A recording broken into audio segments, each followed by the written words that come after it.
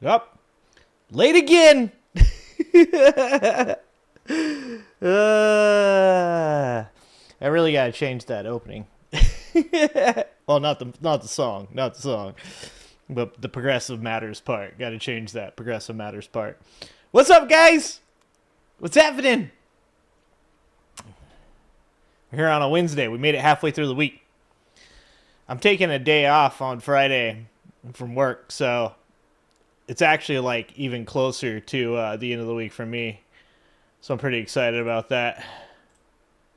You know, I get excited about those. That's what I get excited about nowadays. An extra day off work.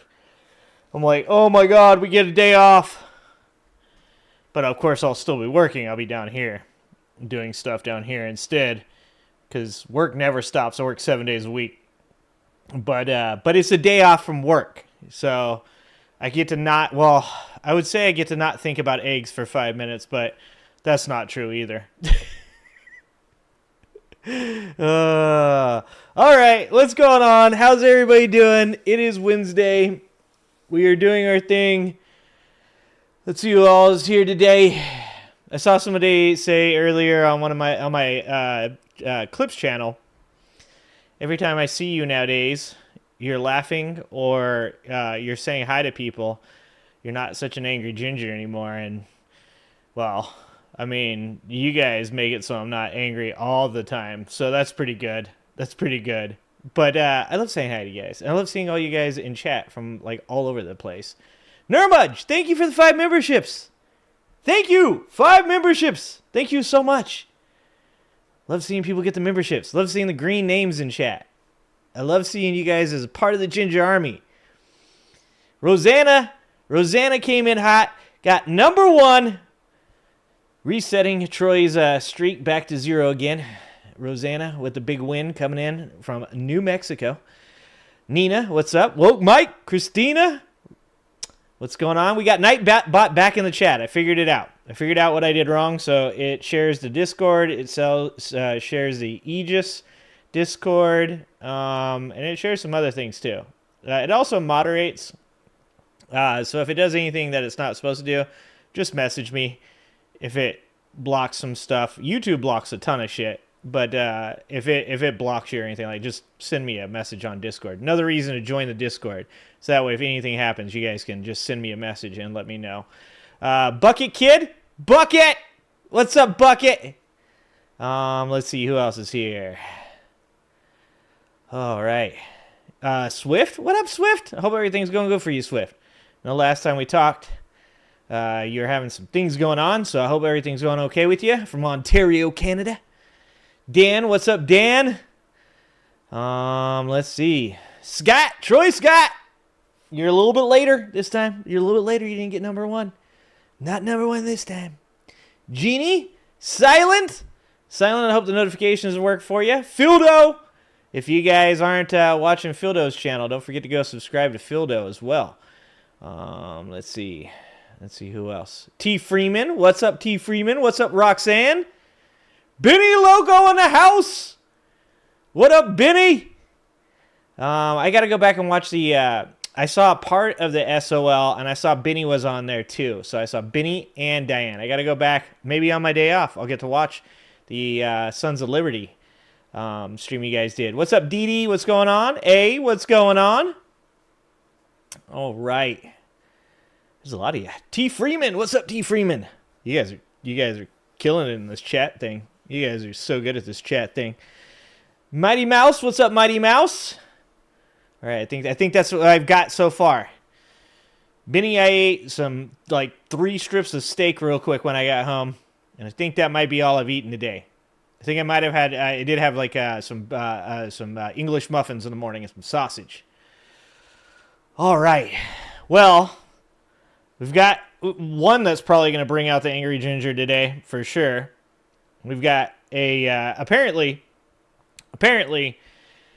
in this day and age, a person can call a small child a racial slur, and not only will Matt Walsh defend you, but apparently there's enough degenerates in this society that people will give you like $500,000. Last I saw this lady, it was up to like $660,000 in donations to the lady who called a small child a racial slur. Let me tell you this. It's crazy to think that 25, 30 years ago, growing up where I grew up, with my best friend being a mixed kid. Dad was black, mom was white. And I remember this guy, he had been in prison for a really long time. He got out of prison. He was staying with my best friend's mom at the time. And I remember sitting out front with him and my buddy. And I remember in him asking about my buddy's brother-in-law who lived next door to us in these apartments. I remember this guy saying something, what's up with that toad that lives next door? And that's a racial slur. And I remember my buddy hopping up, and at that time he was probably about 15 years old, and this guy was probably 40. It's probably my age, right? And I remember him checking this dude and being like, don't use that language.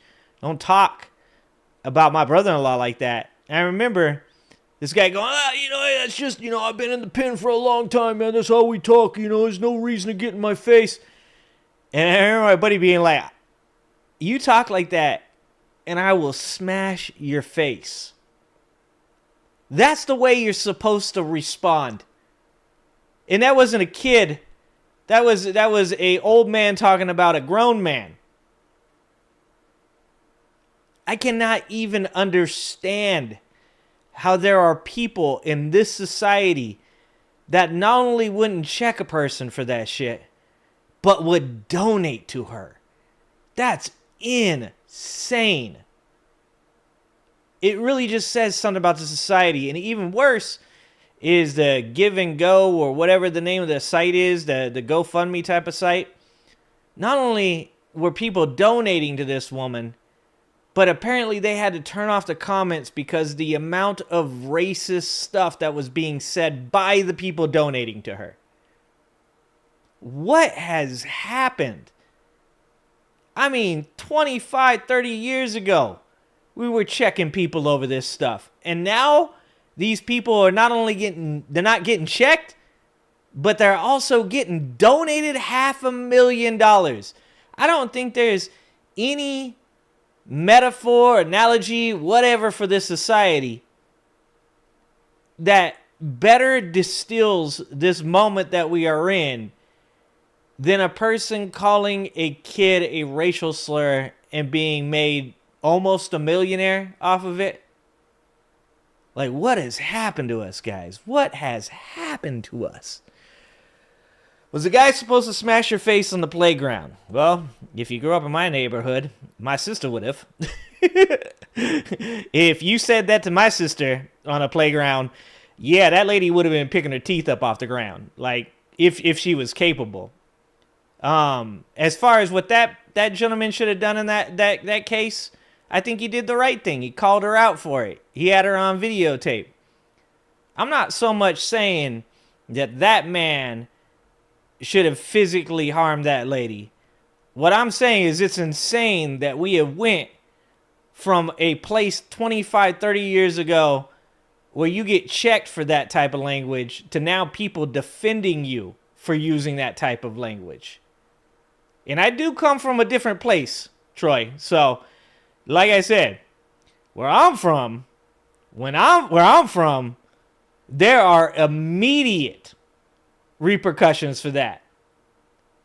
I grew up fighting with skinheads, fighting with peckerwoods. First fight I ever got when I was like 19 years old was punching a peckerwood in the face for calling my best friend at that time, who was a black man, the N-word, and getting in his face. And I tell you this, that took me all of about 5 seconds to get in that kid's face, and it took me about 2 to 3 minutes to send him home crying for his grandma. And I mean that literally. That kid went home screaming the words, "Grandma! Grandma!" Where I'm from, that shit don't happen. And maybe That is what needs to be happening for people nowadays. Because if we've gotten that far out of control that that's who we are as people, maybe your ass does need to get checked. And like I said, one of my sisters would have definitely checked that lady. She wouldn't have been saying that anywhere to anybody's kid in my neighborhood. That's all I'm saying. All right. So we got that. But yeah, exactly. They're always a victim, Dan. The person in this society that does the thing is now the victim. They're the assaulted. They're the person that should be pitied. They should be empathized with.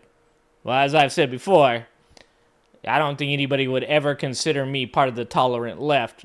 Sometimes people apparently don't consider me part of the left, which is okay with me, because I'm going to stand on my business. I tell you this, if that was like one of my nieces or nephews, woo, no. And like I said, I wouldn't even have to be the person that does it, because I guarantee you, if one of my sisters was there for that, those repercussions would have been felt immediately. If I was a kid's parents, I would have swung fists. Yeah, exactly, Robert. Like I said, I come from a different place. I understand that. What's up, Ben? What's up, Cajun?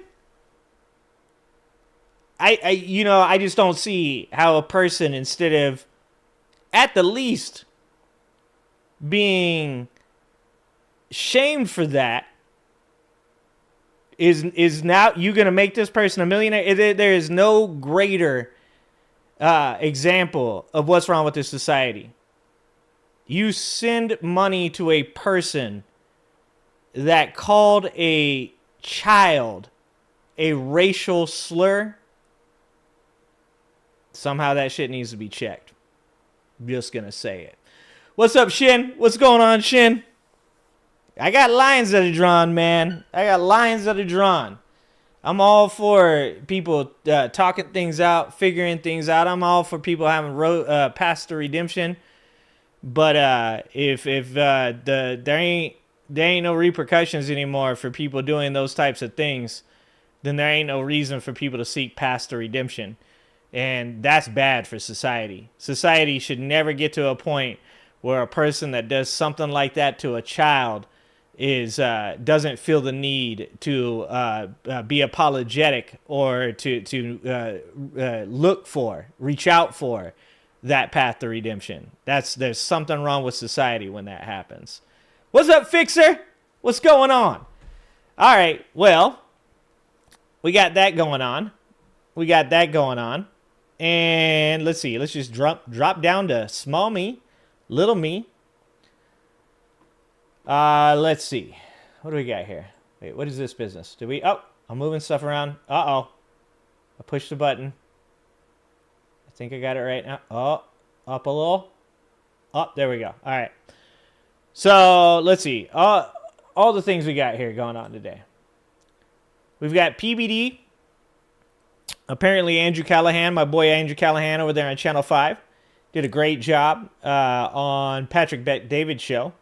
So I'd like to watch a little bit of that if we have a chance. But first, we're going to start with the Matt Walsh defense of this woman. That's on the Humanist Report.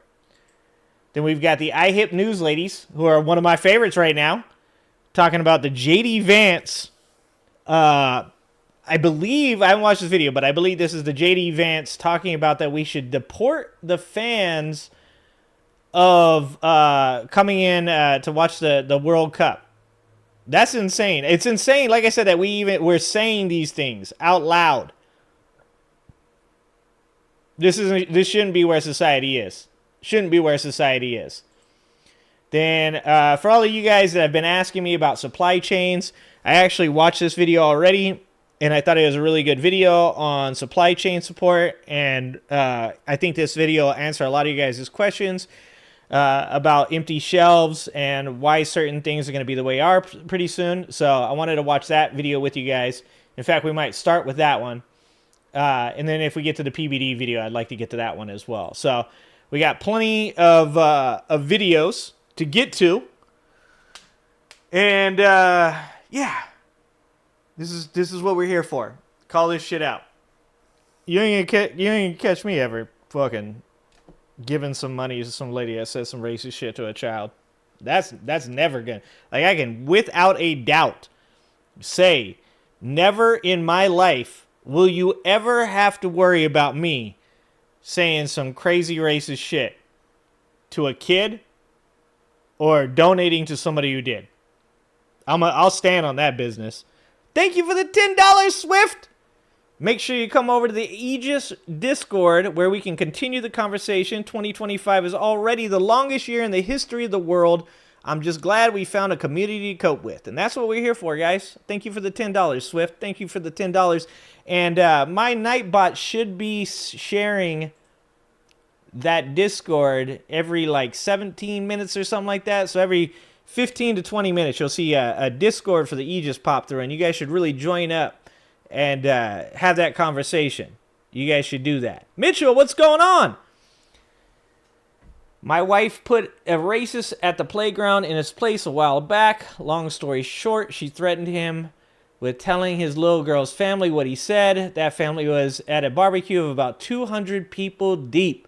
Good job. Like I said, call that shit out. Don't be scared. Stand on business. Stand on business. Somebody gonna say some racist shit to a kid, I'm gonna stand up for that kid. I don't, if you're the type of person that's like, it's wrong for me to get in somebody's face over calling a young black child the N-word, I don't think we're gonna be friends. I'm gonna be honest with you, not even a chance. Because you hang around with me and somebody calls some kid the N-word, we're all going to be involved in a very dramatic situation. Just let you guys know that right now. What up, Niels? What's going on, Niels? For once, I'm happy Norway didn't qualify for the World Cup. Damn, that's painful. Damn. Damn. America, we've fallen so far. Don't we have the Olympics soon, too? God damn it, man. Not a great time to be an American. Man, it's rough. It is rough out there. All right. So let's go ahead. Guys, let's go ahead and let's start. Let's push all my buttons. Let's start with the supply chain video because this has some really good information. This guy actually does a much better job than I think I could ever do in explaining this in a way, and it's in a format that's actually really well done. Obviously, Wired does this stuff. I don't know how Wired feels about me looking at their videos, but if I have to fight the dispute, the copyright dispute on that, I will, because I wanted you guys to watch this video. So let's check out this gentleman. Who is this? This is Harvard Business School professor Willie Shih, and he's going to tell you about the supply chains and all that business and how it affects us. Professor Willie Shih. I study supply Jesus. chain. Drink. Technical problem. You knew it was going to happen at one point. I'm here to make sure you guys get to drink and stuff. All right, let's try this one more time. I'm Harvard Business School professor Willie Shih. I study supply chains. Let's answer your questions from the internet. This is supply chain support. First question, an immortal kid asks, how do tariffs work? Well, tariffs are a surcharge that are applied on top of the cost of your import. Right? So when you buy an import from some company abroad that's selling it to you, the U.S. government, for example, would add what amounts to a tax on top of that value. So if you bought something that was worth $100 and you have a 25% tariff, then the U.S. government would collect $25 from you in order for you to receive your package. The people who pay that tax are the people who buy the products, you and me, the consumers. At Michael Hughes 1. But seriously, y'all, what's with egg prices? First of all, we should recognize there are two different supply chains for chickens and eggs, right? Chicken meat is one supply chain, eggs are another supply chain. The hens that lay those eggs have suffered a lot from this avian bird flu, and that's led to the culling of a lot of those hens. When we cull all the egg-laying hens, the egg supply has gotten tight. That's Although we're going to find out whether or not we're still calling those hens pretty soon, right? Because That was the actions of Joe Biden that were criticized so heavily, not just by MAGA supporters who don't know a goddamn thing about egg supplies, avian flu, or pretty much anything at all. It was not only criticized by them, but it was also obviously criticized by RFK Jr., who made the claim that we should let the virus run rampant through the chickens that have a 90% mortality rate because they do not have the gene to fight off the avian flu. So we're going to find out whether or not that's worked, because it was working. We did see some stability. If egg prices are going down, it ain't because of Donald Trump. If egg prices are going down, it's because Joe Biden made the hard decision to call those flocks. Joe Biden didn't want high egg prices. Joe Biden didn't want Americans to not vote for Kamala Harris. If Joe Biden could have waved a wand and got rid of the egg prices and made them cheap again, believe me, he fucking would have. But we're going to find out pretty soon whether or not those egg prices are going to stay down, because I look at the site with the avian flu cases being reported, and it doesn't look like there's many being reported, and that's either A, because Joe Biden did a good job, or B, because Trump's administration has defunded all of the people that would be doing that reporting, and we're just not hearing about the fact that the avian flu is still out and still spreading. We're going to find out about that. That's why we've seen a huge increase in the price of eggs. So what we have to do is we have to rebuild the flock. There's another interesting aspect about chickens and hens. If you're an egg-laying hen, you need biotin in your chicken feed. And that biotin, by and large, comes from China. So if we get into a trade war with China, and China decides that they maybe want to restrict exports of biotin, all of a sudden, our hens are not going to be as productive laying eggs. So once again, this is what I try to tell people, because even people in my day-to-day life will like say things like, well, this one thing won't go up. And I'll say, well, why do you think that won't go up? And they'll go, because it's not sourced from outside of the country. But that's not true. The products themselves may not be sourced from outside the country, but the things that they use 100% are sourced from outside of this country. So when Donald Trump decides to have a trade war with China during a crisis where egg prices are going up, China immediately holds, in Donald Trump's own goddamn words, all the cards. Do you understand that if China goes, you know what? Let's just screw Donald Trump over. Let's screw him over. He's going to look stupid. He's going to have his populace rise up against him. Let's not allow them to have any of this biotin. Let's just say to them, fuck it. You want to put 145% tariffs on us? You don't get any of this. This is why Donald Trump's trade war is stupid. It's because he doesn't understand the interconnectivity of our current global trade. Everything at this point in our world is global trade. Eggs. That guy B. Mills asks, are we in a trade war? Yes, we're in a trade war, and it's getting worse. What up, Rusty? The purpose of a trade war is to favor your producers versus those of another country. The trade war really started with the first Trump administration by applying tariffs to China. The Biden administration also maintained a lot of those tariffs and added some tariffs and other trade restrictions. President Trump is imposing tariffs because he says, I want companies to make things in the United States. And by making imports more expensive, I'm going to encourage you to make stuff in the U.S. Maybe it'll be cheaper. The problem with the tariff argument is the cost of doing things in the United States is very high. Even today, when you look at the cost of labor in the United States versus the cost of labor in a place like Mexico or China, it's still 4 or 5 times more expensive to do something in the United States. Oh, Dan just said something. Dan said, foreign movies are now a threat to national security. You know the last time that we said that foreign movies were a threat to national security? Yeah, it was during the Red Scare. Once again, during the Red Scare, even though we were allies with Russia, and there were tons of pro-Russia movies made during World War II, because they were trying to drum up support for the Russians within America, because Americans weren't big on us being involved in World War II after we had already been involved in World War I.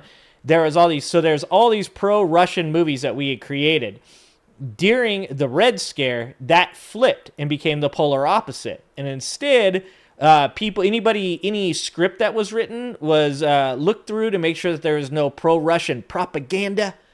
Any type of like socialist or communist themes, like universal health care, that could get you blacklisted. There's tons of writers that lost their jobs, tons of actors that got pulled up in front of committees and got blacklisted and, for the most part, lost their jobs. This is the exact same thing. The parallels that are being drawn right now between some of the dumbest times in our history, the dumbest times in world history. Like I said before, you can very much parallel this trade war that Donald Trump is attempting with Napoleon's failed attempt to create trade within the continent and make sure that nobody outside of France was getting, the best trade deals possible.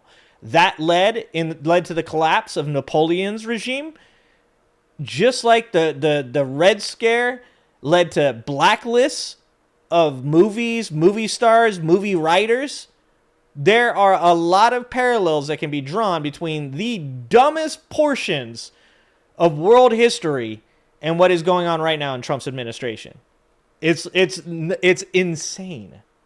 What can you then make in the United States and be competitive? You can make things in the United States where you don't have a lot of labor content in your product. So listen really closely to what he's saying. Does not have a lot of labor content. He's saying the thing that we all know, and we all know has been true for a really, really long time. And that is, the reason that products are made outside of the United States of America are for two things. One, corporations really enjoy super high profits, and they get that from people making very little money and them overcharging for the product. And then two, Americans as a whole will always buy the cheapest products available. Always. So listen to what he says about this. An example, what can you then make in the United States and be competitive? You can make things in the United States where you don't have a lot of labor content in your products. An example of that might be a jet engine, where there's significant labor cost, but as a percentage of the total value of the product, it's relatively lower. If I wanted to assemble an iPhone, the typical labor content would be probably about 4 hours. In China today, so say it's $6 an hour times 4 labor hours, that's $24. 4 hours of labor in the US, that'll probably cost me $40 an hour. Okay, so that would be maybe $160 versus $24 to assemble that phone. It's not going to happen. At Papa Fall asks, hi, is Alpha. So what he's saying when he says that we can produce things here in America that do not take a lot of labor and those things will still be inexpensive, what he's telling you is if robots do the job, we can bring that over here to America. The factor that is insane right now that people, well, no, I'd say that MAGA doesn't understand it, but I guess that's not that insane that they don't understand it. It's just par for the fucking course, is that any jobs that are brought back to America, the only way to continue to have those products be affordable for middle-class Americans, not just ultra-wealthy, is for that to be automated. Just like our cars. If you go into the auto industry and you walk into a fucking car manufacturer, there's tons of robots and not as many people. Those jobs will be given to robots, to automation.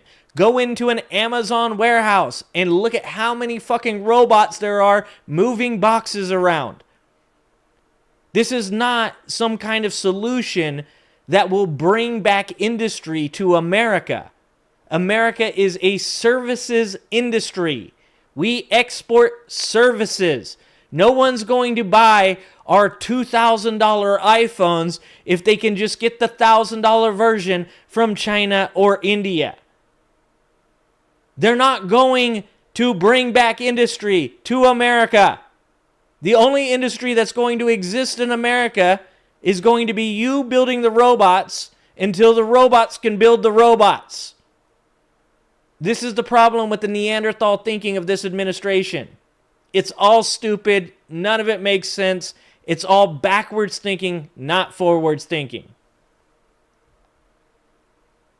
Thinking, why the was toilet paper the first thing to go when this COVID hit? Okay, let's talk about toilet paper. There are two things to understand about toilet paper. Number one, demand is flat. There's not like there's some seasons you use more toilet paper. The second thing to think about is economists say it's not very tradable. And what that means is it's kind of low value and it takes up a lot of space. If you ship a truckload of toilet paper, you're not making a lot of money doing that. And so you don't want to ship it long distances. It makes no sense, therefore, to import toilet paper from China, right? If you live in New York City, your toilet paper is going to be made somewhere in the Northeast or maybe mid-Atlantic states. It's not going to be made far away. I'm going to have factories that are loaded to 90 or 95% churning out toilet paper. So we're going to have a well-organized, very tight supply chain that doesn't have a lot of slack. Then when consumers go in and buy a lot, you're going to run out because there's not a lot of slack capacity. We do make toilet paper here in America. How much you can make when demand suddenly rises. I'll bring in some more machines. I'll ramp up. I'll run extra shifts. I'll delay my maintenance. Okay, and they'll make more toilet paper. Eventually,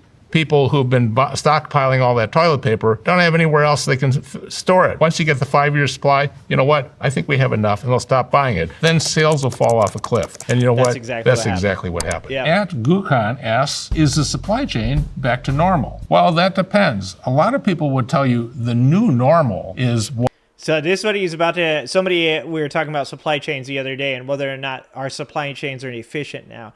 And I was trying to word it in a way that isn't confusing. This guy does a really good job of explaining supply chains are not what they used to be. They are very much different, and that's because of things like climate change, because of things like war, because of things like global trade, and he explains this really well here. One where we...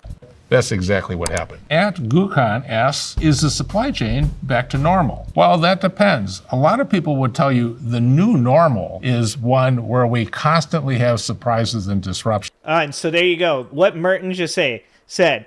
Merton, thank you for being over there on Twitch. What Merton just said. We do make toilet paper. However, we do not make the wood pulp it is made from. That is imported from Canada. Exactly. There's a type of wooden planks that we use for building. Same thing.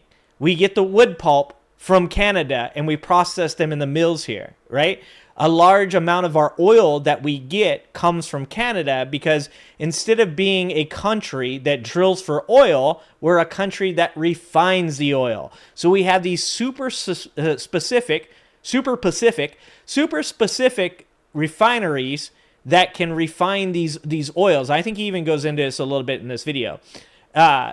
So once again, when people say things like, oh, well, this won't go up because it's made here in America, what Merton just pointed out is the prime example of how interconnected we are in this world. So instead, what you're going to get is you're going to get Donald Trump saying, it's okay, we're going to, deforest our national forests to get the wood for building houses, to get the wood for the pulp for the toilet paper. And once again, this is a very bad ass-backward way of doing things because we're going to lose our national parks. Most of you probably know that just today they talked about the fact that they opened up, I forgot how much of the West Coast to sell to private industry.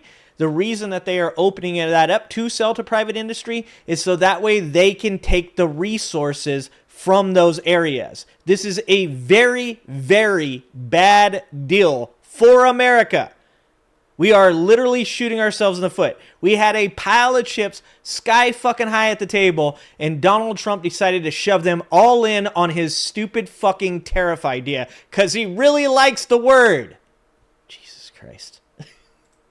One example of a shock would be weather that causes port congestion. We remember during the pandemic where we had over 100 ships waiting to unload off the ports of Los Angeles and Long Beach. There's been big congestion off the ports of Shanghai and Ningbo in China. Another great example of the shock was when the Houthis started attacking ships that were going through the Red Sea to try to get across the Suez Canal. That caused a major... What do you guys think? Donald Trump said the Houthis sent him a signal chat message that they're not going to attack the ships anymore. What do you guys think? I'm willing to bet. Let's say the Houthis actually did email him on his Gmail server, whatever the fuck he did. How do the Houthis contact Donald Trump? I don't know. Anyways, I'm willing to bet this is Putin saying he wants a ceasefire. Okay, the chance that the Houthis just decide to be like, nah, never mind, we're not doing this anymore, in my opinion, very, very low. But I guess only time will tell. So you guys tell me what you guys think. Major shock to supply chains when shipping companies said, I can't use the Suez Canal anymore. At BS Viagra asks, how fragile is our supply chain when Houthi pirates can upend it and force us into battle? What the Houthis did is they occupied a strategic position on the strait that connects the Suez Canal with the Indian Ocean. That's the major trade lane from Asia to Europe. Historically, most of the shipments from China go through the Straits of Malacca, and they would go through the Suez Canal to Europe. But when the Houthis started attacking container ships in the Red Sea, that made the Suez unpassable for many of them. So then a lot of them had to sail all the way around Africa. That added maybe 10 or 12 days to the voyage. That also removed 12% of the global capacity of container ships just because they were occupied sailing around Africa. You may remember the movie Captain Phillips, where they looked at piracy off Somalia and the east coast of Africa. Anytime you have a major trade lane, it is susceptible to disruption just by these incidents like that. If you look at China, for example, they are paranoid that most of their oil has to flow through the Straits of Malacca between Indonesia and Malaysia.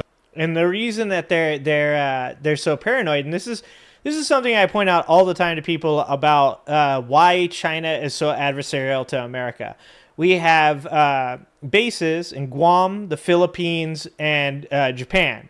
So we consistently have a knife at China's throat. This is why they haven't taken Taiwan. And like I said, there's yin and a yang to all these things. There's pros and there's cons. Obviously, we should be protecting Taiwan's sovereignty, specifically because if we don't protect Taiwan's sovereignty, then we will lose access to semiconductor production, and it will be a game over once China gets a hold of all of that semiconductor production.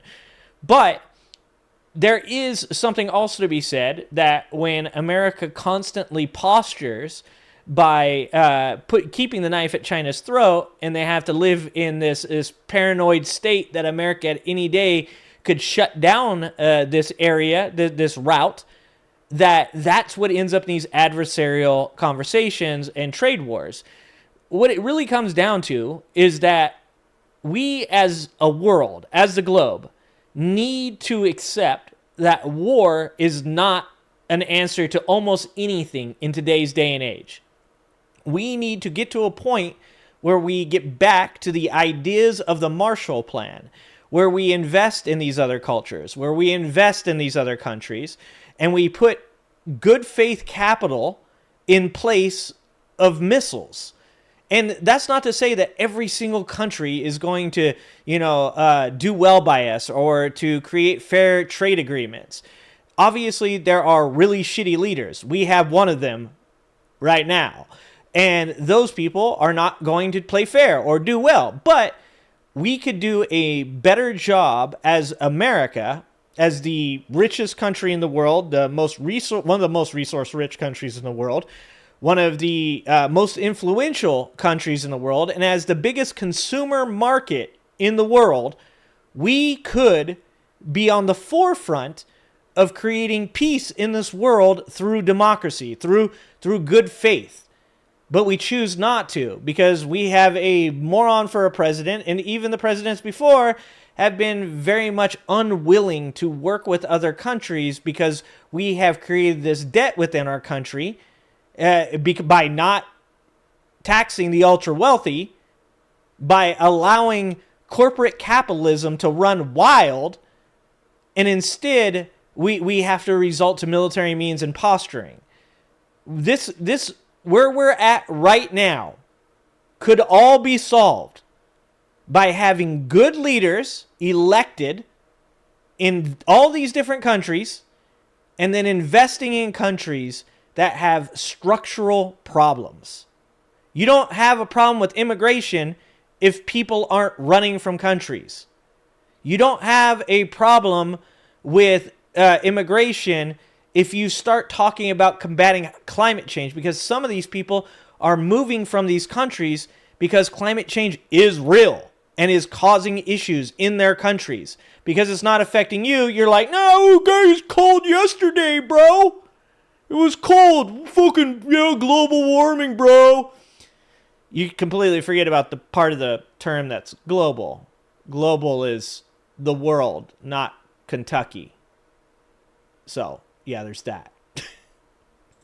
Right off of Singapore. They call that the Malacca Dilemma. A lot of China's paranoia comes from they only have one coast. They feel hemmed in by the string of islands from Japan to Taiwan to the Philippines. So when you study geography, you can see these choke points on major global trade lanes, all of which represent important vulnerabilities. From the Ask Historians subreddit, at what point in history did the global economy start to develop? Let's look at a timeline.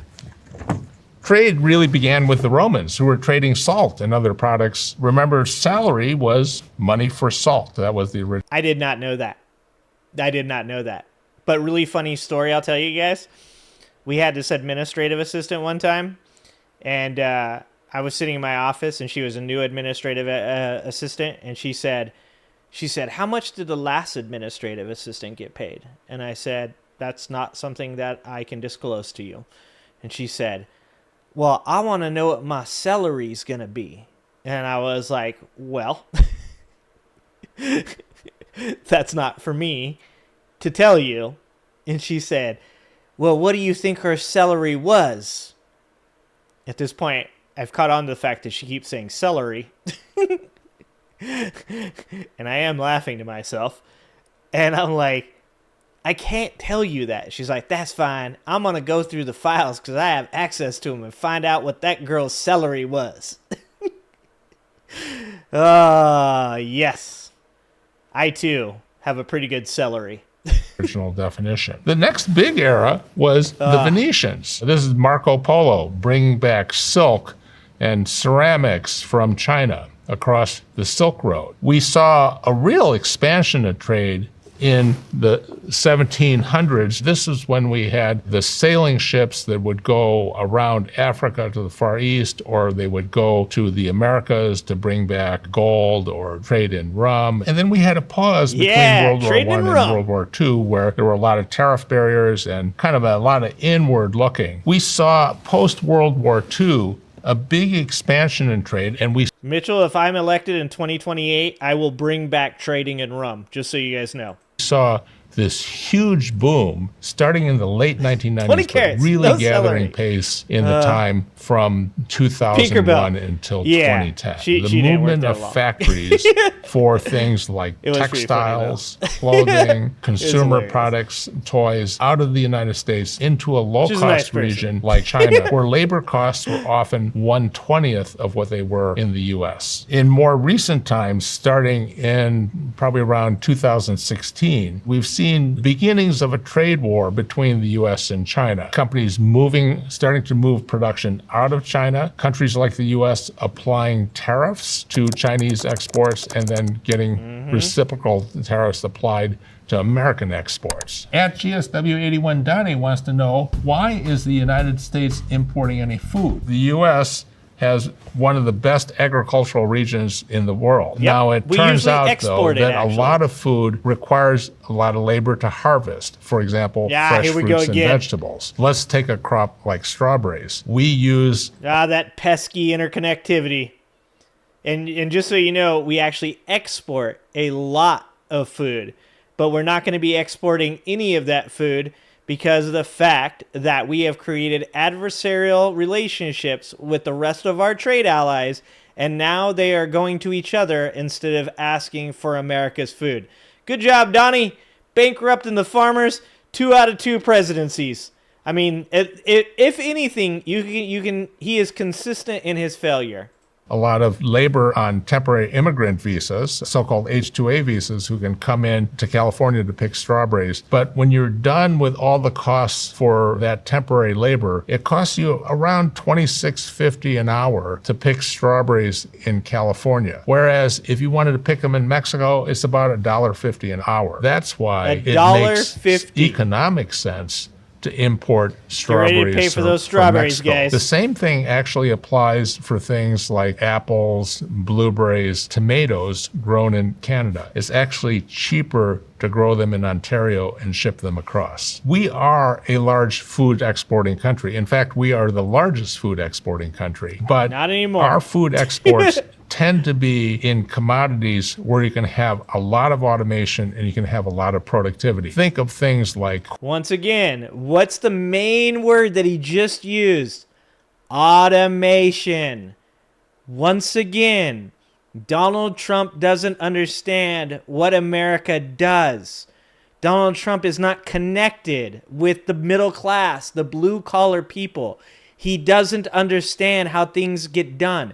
Donald Trump said the best farms are large corporate farms because they're the most efficient producers of product. And he's not wrong about that. But what he's not understanding is that all those small farmers go out of business, which creates a terrible place for the middle class in America when you take away those jobs. That's because Donald Trump doesn't give two shits about small farmers.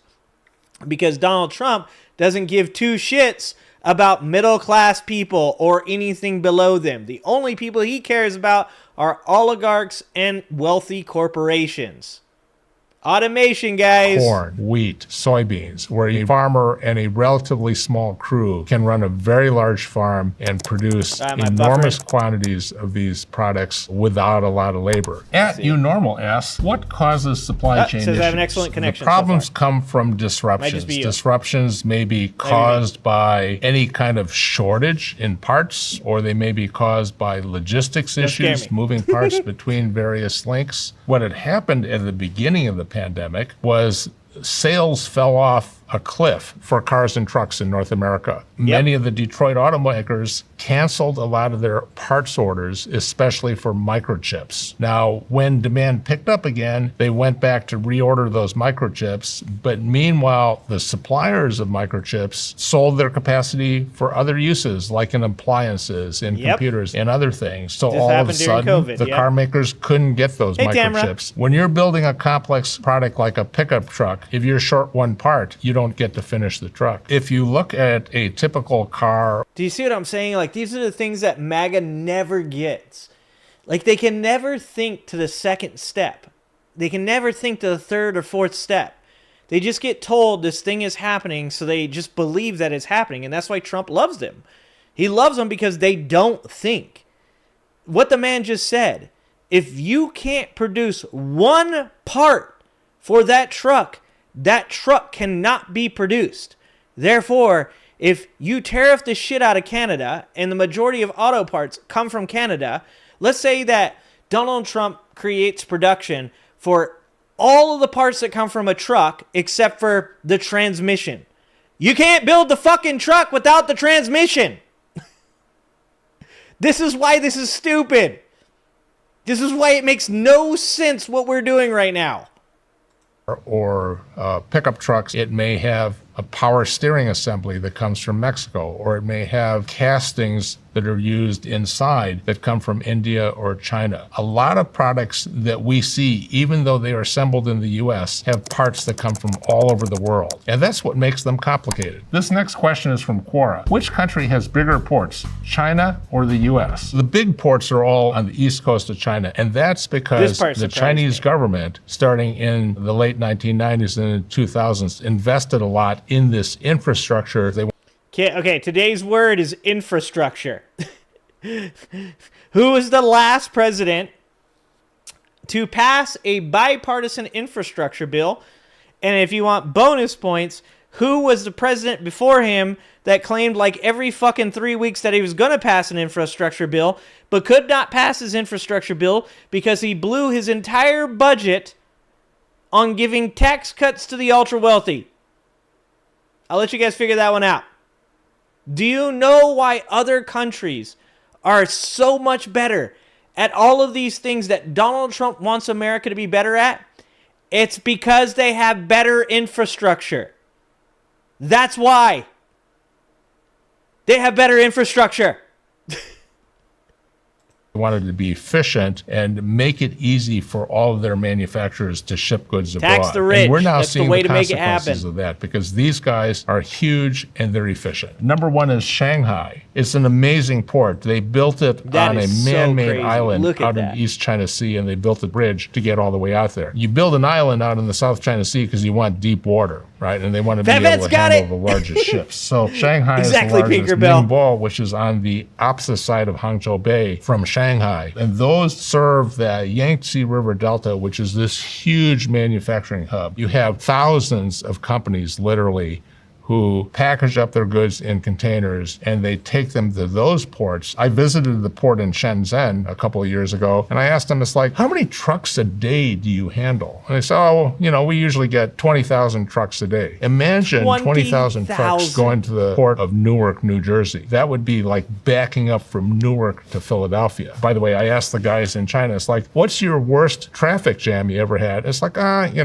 20 kilometers long. The U.S. Our total imports across all ports and across the borders bring in between 90 and 100,000 containers a day. That's across the whole country. A typical port complex in the U.S. has a handful of slips for docking large ships. May have as few as two, may have a half a dozen. In Shenzhen, they probably have close to 20 slips for handling these ultra-large ships. The largest port complex in America is the Los Angeles Long Beach complex. If we had congestion around Los Angeles Long Beach, some of them will go up to Prince Rupert in Canada. When you look at the time it takes to transit from Japan, it's about 2 days sooner than it takes to get down to Los Angeles or Long Beach. From Prince Rupert, and then we have Port of Oakland, which is actually a major export port for products from the Central Valley, things like almonds. Next question, Stiletto Princess asks, why does Trump want the Panama Canal and Greenland? A lot of that is because these oversee critical sea lanes. In the case of the Panama Canal, obviously connecting the Pacific Ocean to the Atlantic on the shortcut through Central America. Greenland is becoming more important as people look at the warming Arctic. People are already experimenting. So this is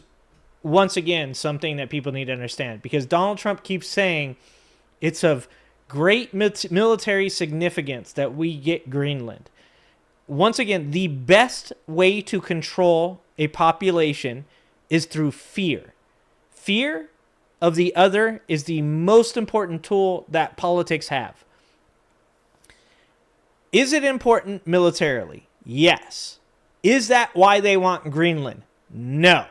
Why they want Greenland is for the resources in Greenland. Because everything that we are looking at right now is headed towards these type of minerals being extremely important. This is why the contract with Ukraine, the negotiations with Ukraine were really important. And it's also why you are almost certainly going to see America becoming involved more and more with the war in Ukraine because of the fact that we decided to do that negotiation, which once again puts the lie to the words of Donald Trump that, he was going to remove us from the Ukraine war and he's going to do all that shit. No, he just ensconced us even further in it because now we have a investment within that country and we need those resources. Everything that is happening right now, whether it's the tech oligarchs that are associated with Curtis Yarvin, all the billionaires that are trying to be at the forefront and be in Donald Trump's pockets, all the mineral rights things that are going on right now, it's because this is an important portion of time in the history of this world. Whoever gets a hold of the resources to be at the forefront of AI and green energy and all these other technologies is going to be the person that most likely, the country that is most likely to be the wealthiest, the best taken care of, the most important, the most sought after. And that's why these games are being played. Does it have military significance? And is that important? Yes. But is that the number one reason that they want Greenland? Fuck no, it isn't. with shipping goods from China to Europe through the Arctic because they can do it. We don't have ice all year anymore. Greenland, even though it's mostly covered by ice, has a wealth of minerals that are important, things like rare earth elements. So he thinks maybe he wants to have access to those. We talk about lithium for batteries a lot. A lot of that lithium comes from places like Chile in South America. They bring it to China and then they refine it. They control the refining capacity steroids. for rare earths. So what was wrong. Until the mid-1980s, the world's largest rare earth mine is actually in Mountain Pass, California. But since China invested in that refining capacity, a lot of those rare earths have been going to China for processing, and then China sells it to the rest of the world. See how that works? Question is from That's bad for us. Mastodon 223. Is supply chain management is just basically coordinating supplies from one place to another by communication, or is it more than that? Supply chain management is all about matching supply with demand. In other words, customers want to buy stuff, and I want to make sure that all the steps I need, everywhere from production to shipping it around, is in place to meet that need. If you work in supply chains, you have to worry about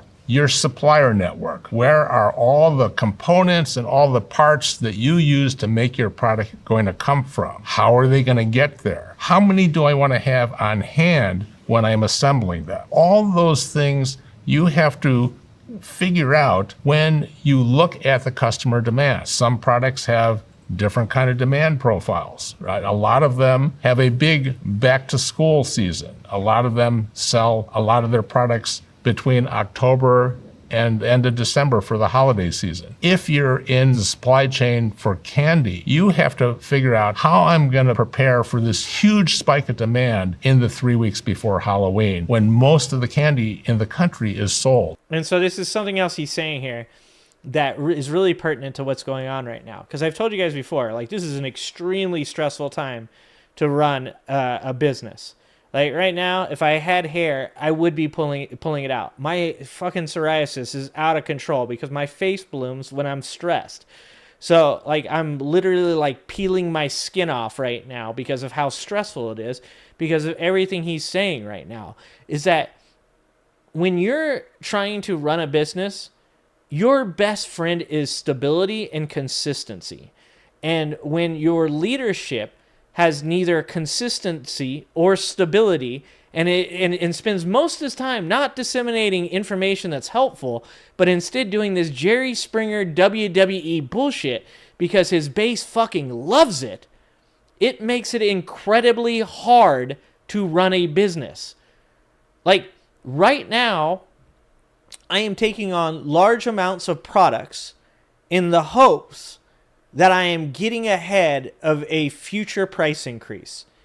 But if that future price increase does not happen, I have now capped my ability to make profit with the store I run, because now I have large amounts of products that I didn't need to have. I could have freed up capital and bought other things that are necessary for the store. So in this situation, I'm currently forecasting that there is going to be an economic downturn. I am forecasting that there is going to be supply chain interruptions. So I'm trying to get ahead of that by doing exactly what most companies did before the tariffs. They shipped all their shit over here in the first 2 months of the year. I'm doing the opposite. I'm bringing all of their stuff into my store to hopefully have it so that way I don't run out of it. I just have done that successfully with eggs for the past year and a half. I'm pretty goddamn good at what I do. But it is very fucking stressful because I have no idea. The other day, I actually heard Scott Bessent say most of these trade agreements are actually going to be finished by the end of the year.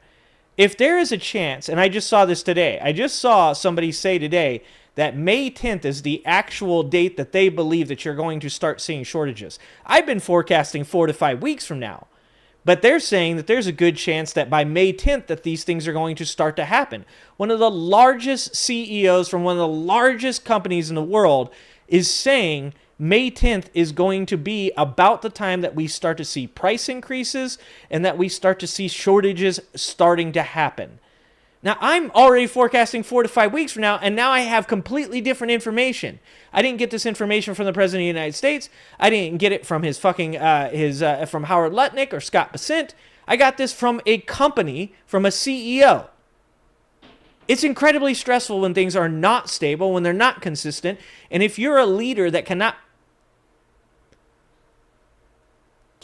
I'm trying so hard, cannot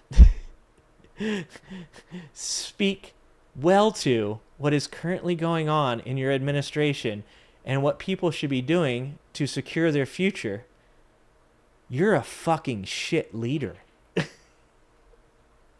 That's the type of job a supply chain What up, professional Oxford? has to deal with. At Be Like Wes asked, bro, how does KFC run out of chicken? Great illustration of supply chain resilience, because back a couple years ago, KFC in the UK changed their distribution network. They shifted over to DHL as their distributor, who had one warehouse for distributing all their chicken to their stores. One day there was a string of huge traffic accidents around that warehouse, which prevented any trucks from getting out. So they couldn't get any of their chicken out to their stores. And so you have KFC hanging signs in their windows, sorry, no chicken. This is a classic example of the trade-off of resilience versus cost in a supply chain. They only went down to one warehouse, which is less expensive, but it's less resilient. 5 warehouses meant you take one out, the other 4 can still go. At Christian Suji says, imagine having one of the busiest canals for shipping in the whole world, but you deadass never expanded the one cargo ship wide part of the canal. Like, what do you expect? Whole global supply chain obviously will grind to a halt. I think Christian is talking about an incident in the Suez Canal during the pandemic. That was when the Okay. Do you guys remember when this happened? Do you guys remember the QAnon conspiracy theory? I wonder how many people, because of how many crazy things have happened in this country in the last 8 years, can remember what the QAnon conspiracy theory was about that ship. The conspiracy was something to do with Hillary Clinton, children in storage containers, and Donald Trump crashing the boat to go free the children. I'm not even making this shit up. That's literally what these people believed. And this is why we're in the mess that we are in today. We didn't make fun of these people enough, guys. We didn't make fun of them enough. Given was trying to go through the canal during high wind conditions, and it got stuck sideways and it blocked the canal. You say, well, how could one ship block the canal? Well, this ship is 400 meters long, longer than a football field. Remember, a lot of this infrastructure was built a long time ago before we had some of these mega ships. For example, the Panama Canal was built at the beginning of the 20th century, before we even had container ships. The first container ships only held like 50 containers at a time. These days, the biggest ships hold 24,000 containers, and they are By the way, this is Evergreen, which is a company, and I'm pretty sure, I can't remember the guy's name, but all the people that deny climate change reference this one guy that used to work for Greenpeace, I think it was, and became a consultant for this huge shipping company, and I'm pretty sure it was Evergreen. And there's this really funny video, actually, where he claims that he's now working for Roundup at this point, or the companies that produce Roundup, and he claims Roundup is so good for you that it can be consumed, that you could drink a glass of it. And I think it's French TV calls him out on it and says, okay, well, here, drink it. And he won't do it, of course, because, of course, Roundup is not good for you. But I find that to be really funny, because this is the person that they constantly reference when they say that climate change is a lie, because they say, well, he used to work for the Greenpeace and he has all this insider information and all this bullshit. And it ended up that the guy became a consultant for these huge companies that are polluting the world. It's fucking, like, you can't make this shit up. 400 meters long, which is a lot longer than a football field. So ships have gotten bigger because they're more efficient. That was not part of Pizzagate Siren. I mean, it's the same, what is it, half a dozen of one, 6 are together. It's the same people. It's the same idea. but it wasn't Pizzagate. No, it was a different conspiracy crafted specifically for the Suez Canal. 24,000. It is, yeah, that's real. And you can move more stuff at a lower is cost. that? And the infrastructure hasn't kept up. At Thomas Testia, how about the broken supply chain and food processing industry crippled by Trump's elimination of 2 million legal immigrant visas? That's a big problem because a lot of jobs in fruit and vegetable harvesting as well as food processing are jobs that, frankly, American citizens don't want. That's why that guy became a consultant. In the state of California, for example, half the agricultural workforce is undocumented illegals. So if we deport those, then the question is going to be, who's going to pick those fruits and vegetables? We see undocumented workers as well in a lot of dairy plants, a lot of food processing plants, meat processing. So we're highly dependent on immigrants, many of them And by the way, when he says undocumented, that is not illegal. These are people that are here on visas that are working there. And yes, once again, these people paid taxes into Social Security that you had, that you're worried about becoming insolvent, and now they're not going to be paying those anymore. Congratulations. You guys, we're doing amazing. We are not only cutting off our own nose to spite our own face, we've cut off our balls, 2 of our toes, like 1 of our arms, and we just stabbed ourselves directly in the side of the throat. We're doing a great job right now. America fucking can't stop winning. This is amazing. Documented. Jabe Thomas, Republican, Patrick asks, Moore, thank how you. could the U.S. Alan, bring back thank you. manufacturing and industry? What we can do is we have to focus on industries where either we don't have a lot of labor content in those products, or I'll check that out, areas where we can win on the basis of productivity. If you're going to have high labor costs, that labor has to have high productivity. The way you do that is with automation, with new designs.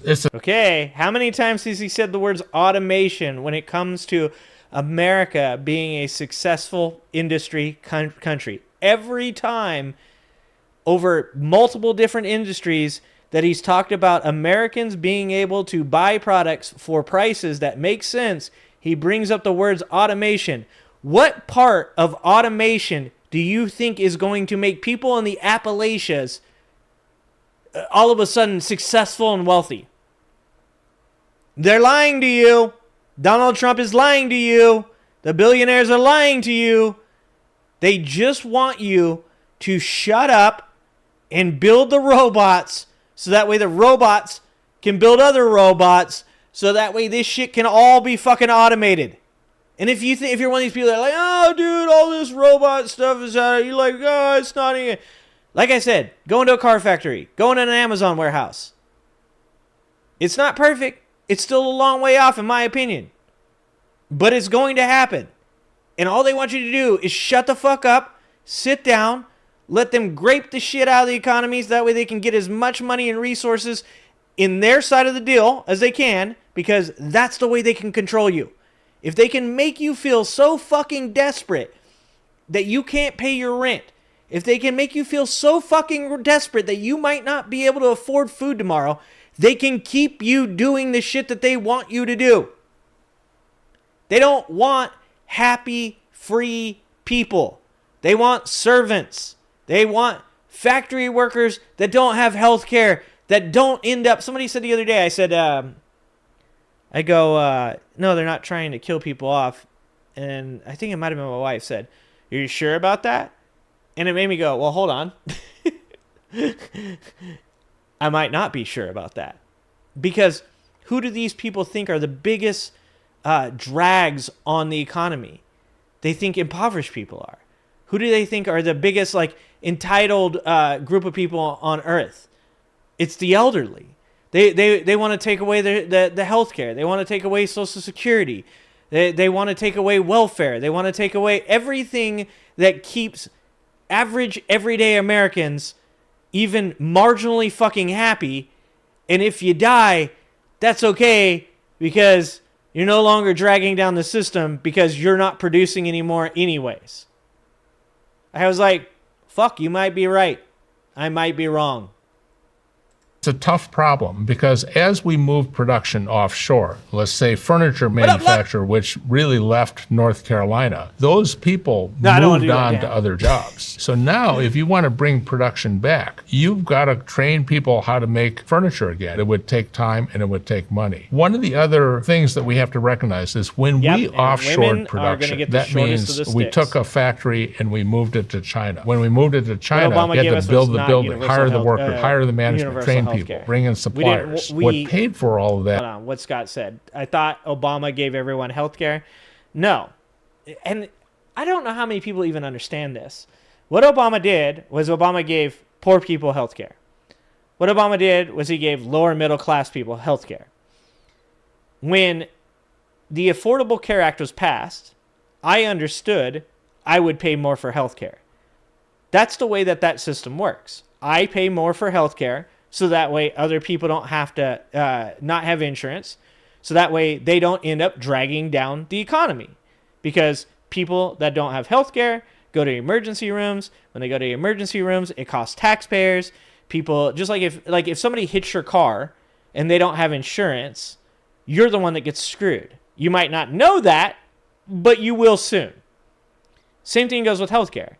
The healthcare that Obama pushed through was gutted. It wasn't even close to what we need here in America. We need single payer, universal healthcare. Every single person in this country should never ever be concerned about going bankrupt because their wife gets cancer. Every person in this country should feel like they can go to a doctor on a consistent basis to make sure that they're not, malnutritioned or lacking in a certain vitamin or developing a cancer. What we have right now is like the third best thing. I wouldn't even say it's the second best thing. It's like the third best thing. And the only reason we even have that is because of Obama. But it fell way, way, way short of what Americans should have. Every American, poor or wealthy, should have health care. Every single one. No discrimination. None. I don't give a shit if Jeff Bezos gets free health care. I don't fucking care. Every person that pays taxes in America should never, ever have to worry about going bankrupt from their husband having a fucking heart attack.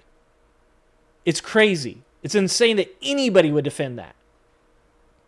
That was lower product cost. Typically, the amount you would save would John McCain actually gave us health care. You're right. A year, or sometimes even less. That was moving from a high-cost country to a low-cost country. Now, if you want to move from a low-cost country to a high-cost country, what's going to pay for it? Because you're not going to save anything, but you still have to build the factory. You still have to hire the workers. You still have to train. Okay, so something he said that's really important to tariffs.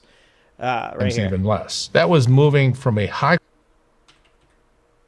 build the building, hire the workers, hire the management, train people, bring in suppliers. What paid for all of that was lower product cost. Typically, the amount you would save would pay for itself within a year, or sometimes even less. That was moving from a high-cost country to a low-cost country. Now, if you want to move from a low-cost country to a high-cost country, what's going to pay for it? Because you're not going to save anything, but you still have to build the factory. You still have to hire the workers. You still have to train the workforce. And you still have to build the factories. You still have to hire them, the people. You still have to educate the people.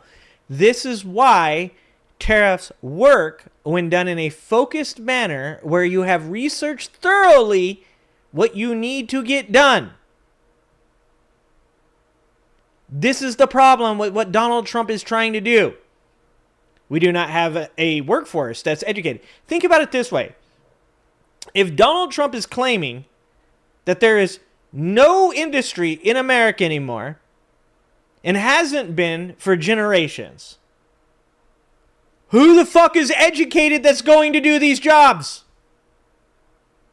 You have to train people, hire people, build factories.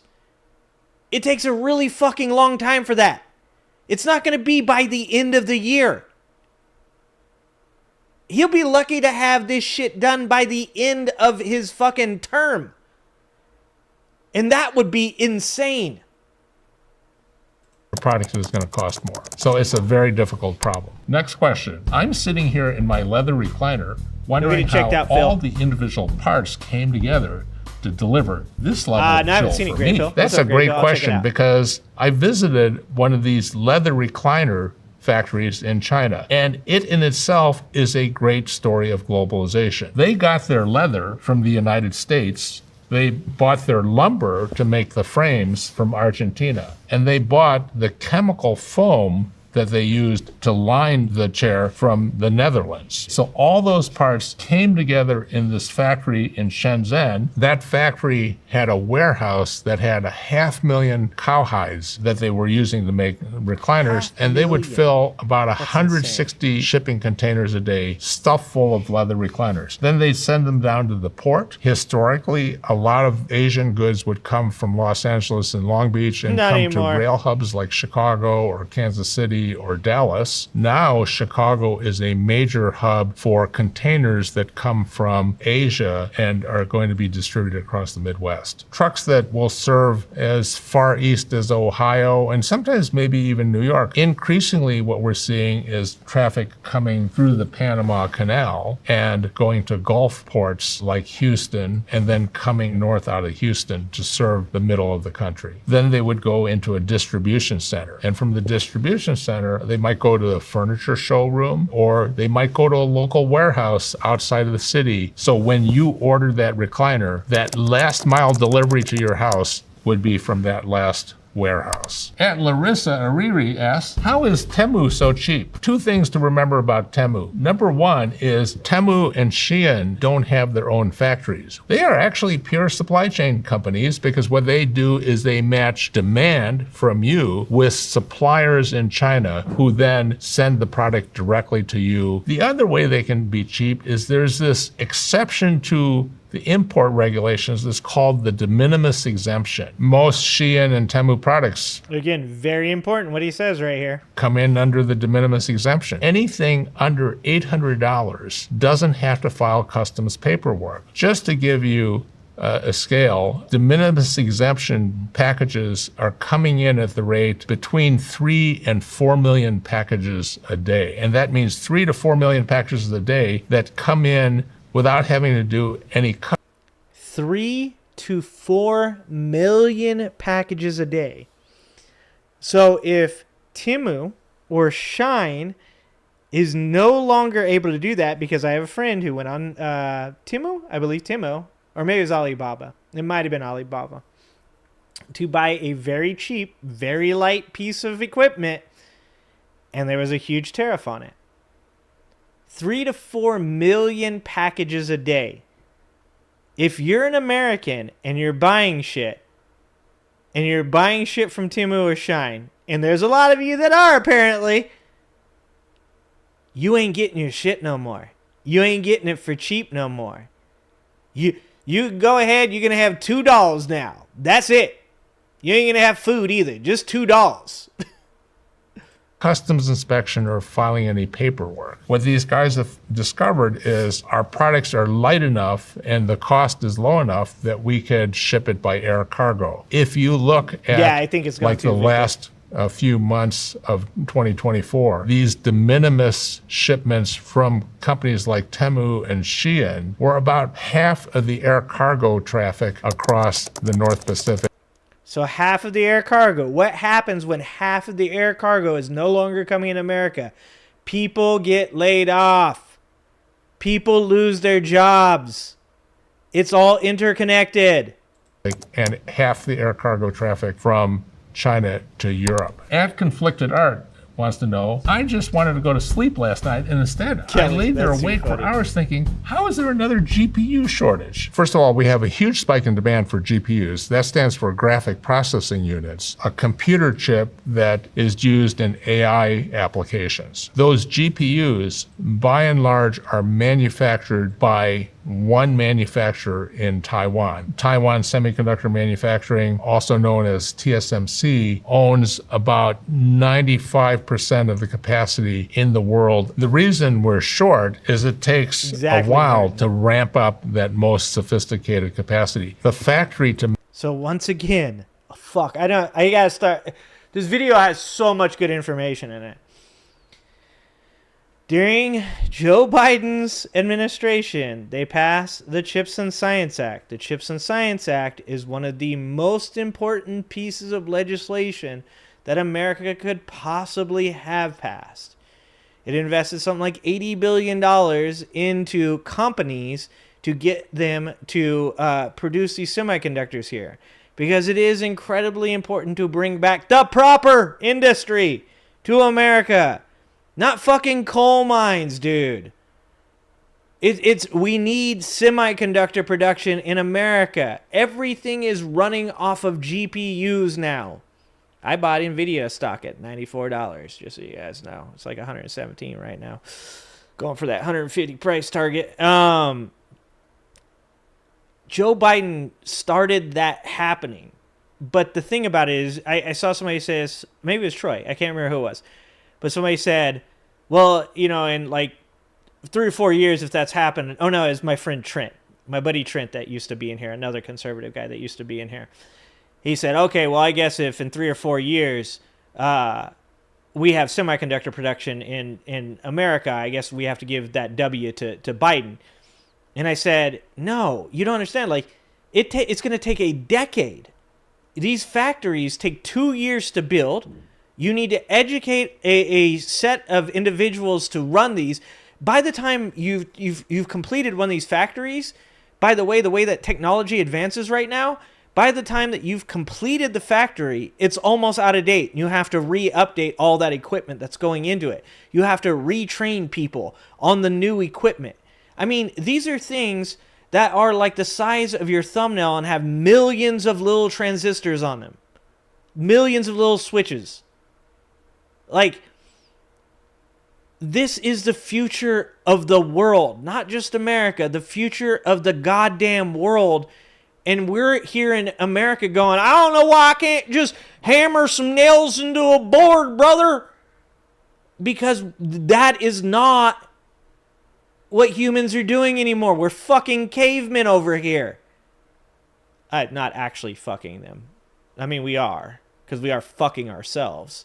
So I guess we are fucking cavemen. It's stupid. Stop supporting this bullshit from this fucking president. You don't even have to agree if you're a conservative with all the fucking appeals to emotion. If you're a conservative and you don't want to be like, he's not, you want to be like, he is a good dude. He shakes hands with babies and fucking, he's actually like really supportive of people. You don't have to. You keep your appeals to emotion. That's totally fine. Fine. I don't give a fuck. But if you think that the future of America is doing all this old shit while the rest of the world moves on to the new shit, and you don't think that America is going to fucking fall so far behind, like, all I'm asking is for you to recognize that this is not good for the future of America. These plans are not good for the futures of America. It's not good for our futures with alliances of the people that we need involved in America. We are fucking our future. We are fucking the future of our children. And you're doing it all because you just want to make the liberals cry. It's fucking caveman shit.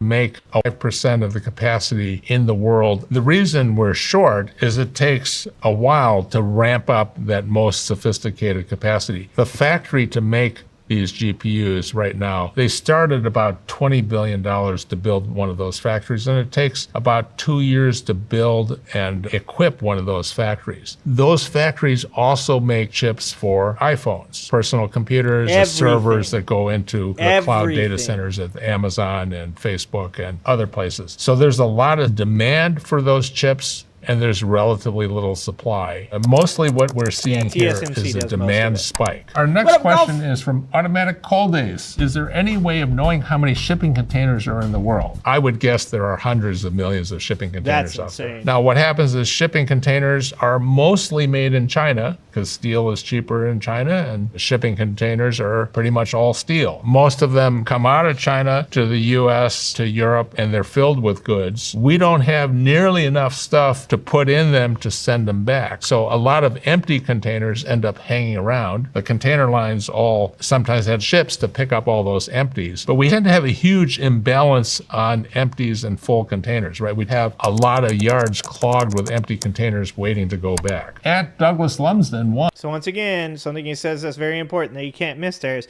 we don't have enough stuff to put into those containers to even get them back to their countries. Why? Because America is a consumer market. The thing that we produce is agriculture. We don't pillage our own national forests. We don't destroy our countrysides because we don't have to, because we consume. There are things that we can do to balance our debt, and that is tax the rich.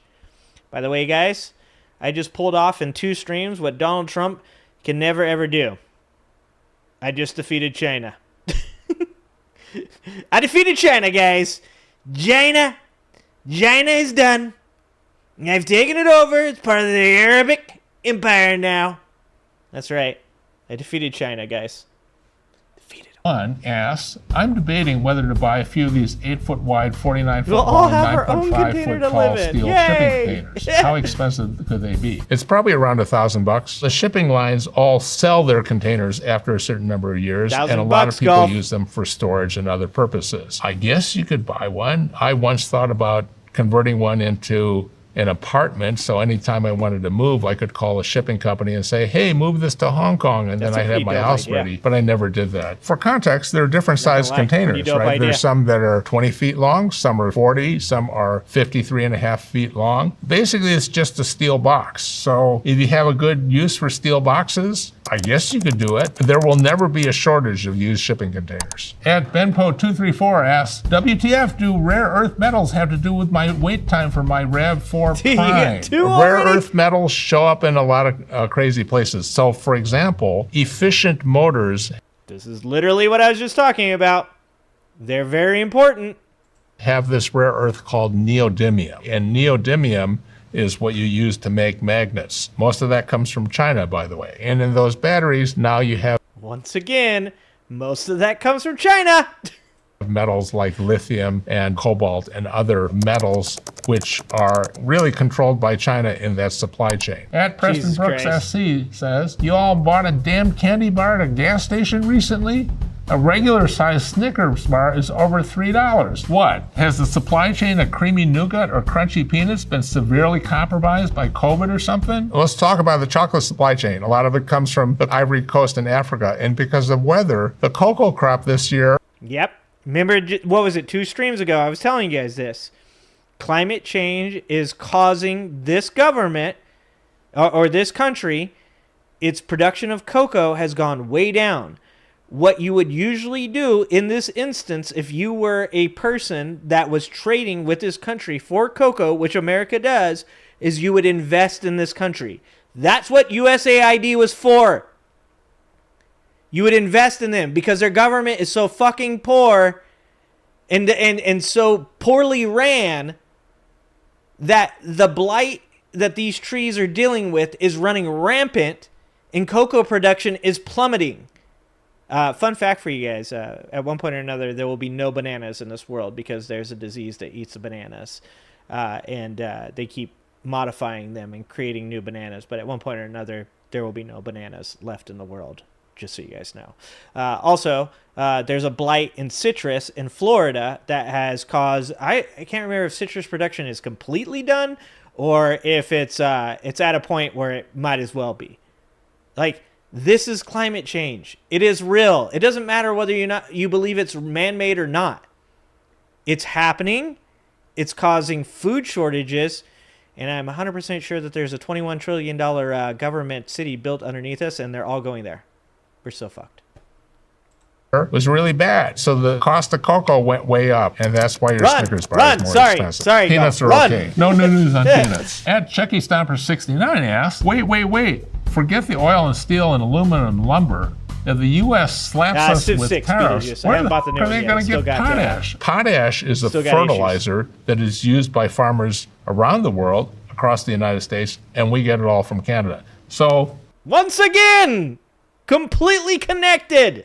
He's right. If we put tariffs on Canada and they retaliate by restricting potash, that will hurt us. But it will also hurt the Canadian exporters of potash. We also get a lot of oil and steel and aluminum from Canada. One reason aluminum is cheaper to produce in Canada is because they have a lot of hydropower. We get oil from Canada, primarily the tar sands, the Athabasca tar sands in Alberta. And we have refineries in the U.S. that are very well geared to that type of refining. Different oils, depending on where they are pulled out of the ground, have a different chemical composition. And depending on that composition, refineries have to be geared to that particular composition. So U.S. Gulf Coast refineries are geared to refining the type of crude that comes out of Canada. And Eric Odin asks, what is better alternative to JIT, just-in-time inventory? Because clearly that's not working anymore. Toyota came up with just-in-time after World War II when they didn't have a lot of resources. Okay, and the idea was, don't feed me anything until I need it, but feed it to me exactly. Yeah, remember what I was saying earlier about running a business and a supply chain and consistency? This is the way you generally want to run a business. You don't want to have to stock up on products. You want them when you need them because you need capital to be freed to purchase other products or to make maintenance on a building or many other things. So JIT is generally the way that you want to run your business by bringing in products just in time. Exactly when I need it. Toyota learned a lot during the 2011 East Japan tsunami and earthquake when one factory that was producing 45% of the world's engine microcontrollers shut down, and it shut down Toyota's production. And they then realized at the time, they said, hey, wait a minute, our semiconductors come from geologically and geopolitically unstable parts of the world. So what we really need to do is we need to think in terms of lead time. I'm going to hold an inventory that reflects what's the lead time I would need to replace it if I had a sudden interruption. So going into the pandemic, you might have noticed Toyota kept producing cars almost a year longer than many of their competitors because they had brought in a lot of inventory. So just-in-time plus lead time is a better way to look at this. Internal Early 5885 asks, will global supply chains collapse in a few years, or is that doomerism? I think that's a little pessimistic because we are a very interdependent world. I think we're moving. Yeah, see, the global trade system will not collapse. The American trade system is going to collapse. Moving to a world of more regionalized production. We may get to a kind of aligned block of Americas and Europe and really this is once again. So this is what Donald Trump is trying to force instead of trying to finesse. I've said before, it's almost like Trump is around people that have ideas, but then he co-opts those ideas, and him being the leader makes them stupid. Because in this world, like I said, as we move further and further away from war being boots on the ground and instead being like infrastructure and stuff like that, and I've been saying this for years, the more important it is to have alliances and people that you agree with. We 100% should have great relationships with Mexico, Canada, and Greenland. Very important. Why is that important? Because we are all on the same area and our trade should be interconnected, as it always has been. But the way you go about establishing that isn't by chesting up and acting a fool and trying to intimidate the people that were already your friends. Think about that like for half a second. Do you become better friends with your friends when you walk around bullying them? Or do you become better friends with your friends and do you get more from them when you treat them well and assure them that you always have their back? This is why he's stupid. This is why his plans are stupid. And this is why we're practically fucking cooked. Unless somebody does something about this. It doesn't make any sense. We are interconnected. We should be creating a ironclad steel curtain of defense against other countries like Russia and China that are fighting and vying for the same things that we are. And that is to be at the lead of production in technology and AI. But instead, we're in a room and the people that we're competing with are outside the room and our friends are inside the room. And instead of opening the fucking door and going outside and being like, you guys are the ones we're competing with, fuck you guys, we turned around to the people in the same house as us and we're like, what the fuck are you doing? Fuck you done for me? I should kick you out of my house. We've turned into a crackhead, literally. Japan and Korea versus China. But I think we are so dependent on getting things from other parts of the world, we can't do it all ourselves anymore. So I don't think it's going to be collapse, but they're going to look different. Those are all the questions for today. Thank you for watching. I hope you guys liked that video. I know it was a long video. I appreciate you guys watching it with me. I watched that earlier today. It has a ton of good information. So I'm going to put this in chat in case you guys want to watch it again, or if you have a MAGA family member that needs to see it. It's too long. It's not a 15-second clip on fucking TikTok, so they're not going to watch it. But please share this video with people. Please share this video with people. It's very, very, very good. The question if we have graduated to meth. We're pretty close. I think we're on the border. We're thinking about trying it. That's where we're at, Beetlejuice. So, please do share information. If there's one thing that I truly believe in that I think that can get us out of the situation, it is sharing good information with everybody. Benny, love you, Benny. Benny has on her vehicle the Katie Johnson case. And just the other night, if you guys were watching 21st Century Suffragettes, we were talking and Benny said, there's this woman and she had these capri pants on and she was going to tell her how cute they were. And she has Trump did this, written on the back of her truck or her van with the Katie Johnson case all blown up so you can read it. And the lady said, you're going to hate me, but I voted for Trump. And Benny, instead of, like I said before, being that person and being like, fuck around and find out, instead Benny said, can I show you this? Can I share this information with you? And she showed her the information on her van. And she had her read it. And she said, even better than reading this, what if I gave you a hard copy of it? And the lady was like, thank you. I really appreciate that. I hope I'm not bastardizing this story. Sorry, Benny. And she said, I'd like to show it to my husband. If there's one thing that's going to get us out of this, guys, and this is why I think it's so important for me to be doing this. I wouldn't be doing this every day. I have time, a limited amount of time to be with my family. I have a limited amount of time to, have fun and do things that I enjoy.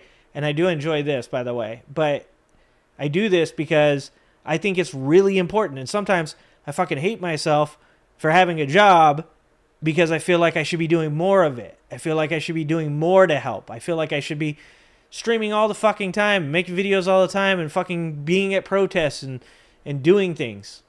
And sometimes I hate myself for not being able to do that because I still have to pay my mortgage, because I still have to put food on the table for my family, and I don't know where I'm going to be 2 years from now with this economy, and it's fucking scary. So, please, share the information. Please. Share the information. All right. Let's go IHIP. Let's do IHIP next. The recent video is going to get me very angry. I don't even know if that's good for me right now. So let's do IHIP first. And if I'm feeling it after that, it's hard to go from such an intelligent person to such a fucking lowbrow topic. It really is. It's jarring. So let's let the IHIP ladies jump in here, and let's let them talk about JD Vance, because they do a good job. These two ladies do an amazing job. So let's watch IHIP News. JD Vance, worst faceplant yet. Fox News in major meltdown mode. So let's watch these ladies do their thing. JD Vance attended a World Cup meeting and had some words for potential tourists that would like to come to America to watch a little soccer, or as they say abroad, football. Let's play the clip. And I will say, before I turn it over to the next speaker, that of course everybody is welcome to come and see this incredible event. I know we'll have visitors probably from close to 100 countries. We want them to come, we want them to celebrate, we want them to watch the game. But when the time is up, they'll have to go home. Otherwise, they'll have to talk to Secretary No. This is stupidity. I like edgy jokes. I just told you guys the other night. I was watching that Anthony Jeselnik stand-up. Every one of those jokes are edgy as fuck. Probably the most edgy. But when shit ain't funny, it ain't funny. All right? That's not funny. Because there are actually people that are being deported by this administration that should not be. There are actually people that have been deported and have been recognized as being deported in error that have not been returned to this country. It's not funny. And you just make us look fucking stupid. So here's the thing. If you're saying, yeah, it was pretty funny. Now, it's funny to you. It's not funny to the rest of the world. And that's actually something that you should be a little bit concerned about. Because like I said, I don't give a shit if everybody agrees with my sense of humor. I really don't care. But what I do care about is at times when the rest of the world is looking at me and I'm the person in charge of making everybody around me look good, and I choose to instead make us look like idiots. That's not funny. It's just stupid. Turn it over to now. Boy, that's a real knee slapper. I mean, they're ripping people off the street without due process, and he says that. Is he Dude, that good job, Pinkerville. idiotic? He's just a dick. He's a total dick. Exactly. I mean, it's not that he's stupid. He's smart, and he's intentionally playing this mean, tough guy thing. And he's just a total dick. And that everybody thinks that's so funny. Right. And it's so void of reality that where you see this multi-billion-dollar industry of foreign tourists that come to the United States to explore the Grand Canyon, the Rocky Mountains, et cetera, et cetera. We're supposed it's fallen to be the off host. a cliff. And when asked Trump about it, he just says, no, tourism is high. It's not. This is so brand damaging. Yes. This is so damaging to the American brand. And he says that like he's just this big, bad, tough guy while he's wearing a smoky eye. Right. I'm so tough with my smoky eye, and I'm really a comedian at heart. Sitting next to a guy who's in like full-blown self-tanner, bad orange makeup. It's like if this was Saturday Night Live, you would think even that's a little far-fetched, like what you see them do. JD Vance's brand is so toxic, you guys. So, he visited the Pope. We know what happened a few hours later. And then he endorses his brother for Cincinnati mayor. Put up the tweet. He says, hey, Cincinnati, my brother, Corey Bowman, is running for mayor and is on the ballot today for the primary. He's a good guy with a heart of serving his community. Get out there and vote for him. This is from JD Vance's, verified multi-million follower Twitter account. Put up the results of the race. Oh my God. Corey only got 12% of the vote, and the Democratic challenger got 8. Hold on.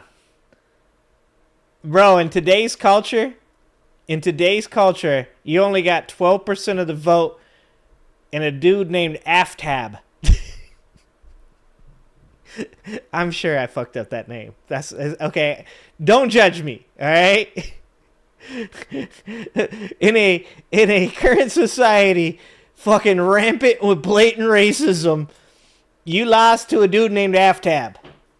You know that everything you touch turns to dust when you try to get your brother elected and a dude named Aftab just fucking hands him his ass. 83%. And this reminds me of another MAGA powerhouse, Elon Musk. That's right. You're right. And the millions of dollars that he spent in Wisconsin. And what these people are finding out is that Trump is the one that has Ohio, the that's what I'm grasp saying. on the personality cult. And the cult isn't very persuaded by the people that Trump surrounds himself with. Well, the thing about Trump, for whatever reason they say he's charismatic, the thing in my mind that got him over the hump with the American people was The Apprentice. He was on TV. They thought he was a successful businessman. Yep. And he does have what they say is a charismatic personality. Elon Musk and J.D. Vance have no just like his aliens. Zero. Exactly, None. Nathan. None. They just absolutely have none. Like and to think that J.D. Vance, he's trying to position himself as the heir apparent. And I think it's going to be a faceplant worse than DeSantis is. Remember when everybody's like, oh, DeSantis is our new guy. And Fox News went all chips in after January 6th. They're like, Kitten Hills, that's our guy. And it was faceplant city. J.D. Vance and the smoky eye faceplant is imminent. Oh, shit. We are on the clock waiting for it. And then this is just something I want to remind you of. Trump surrounds himself with people who tweet stuff like Ohio, this. Troy. He's in a lot of trouble. Elon Musk tweeted in 2024. He's in a lot of trouble. There are certainly other factors at play, but heavy use of C-sections allows for a larger brain, as brain size has historically been limited. This appeals to MAGA so hard. This is what I'm saying. No one thinks twice, right? Nobody in MAGA ever makes that second. They don't ask the second question. They ask one question. Is it good? Elon Musk goes, yeah, dude. See, the problem with vaginas is they're way too small. I don't know that because I've never seen one. I have seen one on TV, okay? So when a child tries to come through that, bro, the brain has a really hard time because it has to get small so it comes out smaller. But if you completely avoid vagina, like vagina avoids Elon, then actually when you C-section them out, they have a really big head, therefore they have a really big brain. And MAGA's like, oh, shit, that's crazy, bro. Hey, do you think aliens built the pyramids, bro? Yes. Oh, fuck, I knew it. Limited by birth canal diameter. And so, no. He wants to dismantle the federal government, but he also has this side job where he beats off into cups. And there is some evidence, and people pointed to that it's not 14 children, that he has more than probably 100 right now. Oh, and some reports have even indicated that he wants to expand to as many as 5,000 children. Oh, Christ, and so this is just where I have issue with this, is the MAGA movement does all of this. Men need to be the leader of the family, and you need to be good dads. And honestly, everybody supports that. Right. Everybody wants children to have both parents when they can and when it's possible and when it's healthy. But Elon Musk is the biggest deadbeat dad on the planet, and then he cosplays being a scientist and a planetary scientist and a doomsday scientist. Jesus Christ. While he's on Twitter. And this guy is just as weird as shit. And it's, again, Trump and Musk do this stuff with impunity from the right wing because they're white and they're rich. And that's the biggest con perpetrated on the American public. Yeah, and before anybody says, what does being white have to do with it? What are you saying, we're racist? Literally, Dan just fucking posted the comment from Laura. From, what's her name? Not Laura Loomer. God damn it. Ann Coulter, not Laura. Ann Coulter's the one who said it. Did Laura Loomer say it too? I know Ann Coulter said it. You were the smartest guy on the stage by far, but I still can't vote for you because you're an Indian. They mean that shit, dude. They mean that shit. Poor fucking Vivek's in Ohio right now, probably getting racist messages and shit like that. She's right. They're rich and they're white. And that means MAGA don't give a goddamn what they do because they are living vicariously through these people.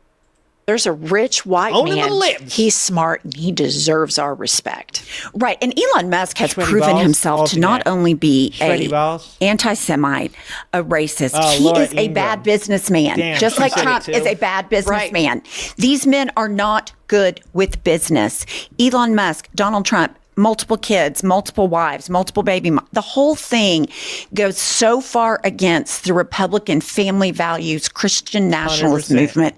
I'm floored 100%. The excuses they make for these men. It's fucking insane. Listen, do not leave us. You have to support our show by supporting our sponsors. We have some hot tea we're dropping right after this ad, but it's important that you get your mother or the mothers in your life. Oh, wait. Guys, I got a troll. You have a really cool name, too. Guess who farted? This guy. That's a great name. It must have took you very long to type that out with one finger.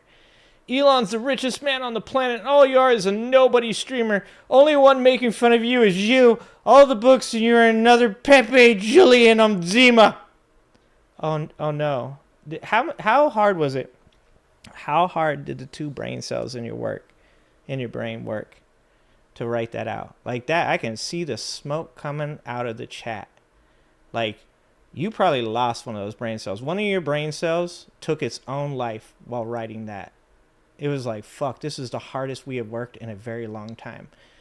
When you jerk off to Elon Musk, do you prefer the one where he's shirtless on the yacht when he looks like, like an alien's inside of his chest? Is that your favorite picture? Or do you think about him giving a handy to Donald Trump? Is that your favorite thing? Do you do it with a thumb in your butt? I bet you do.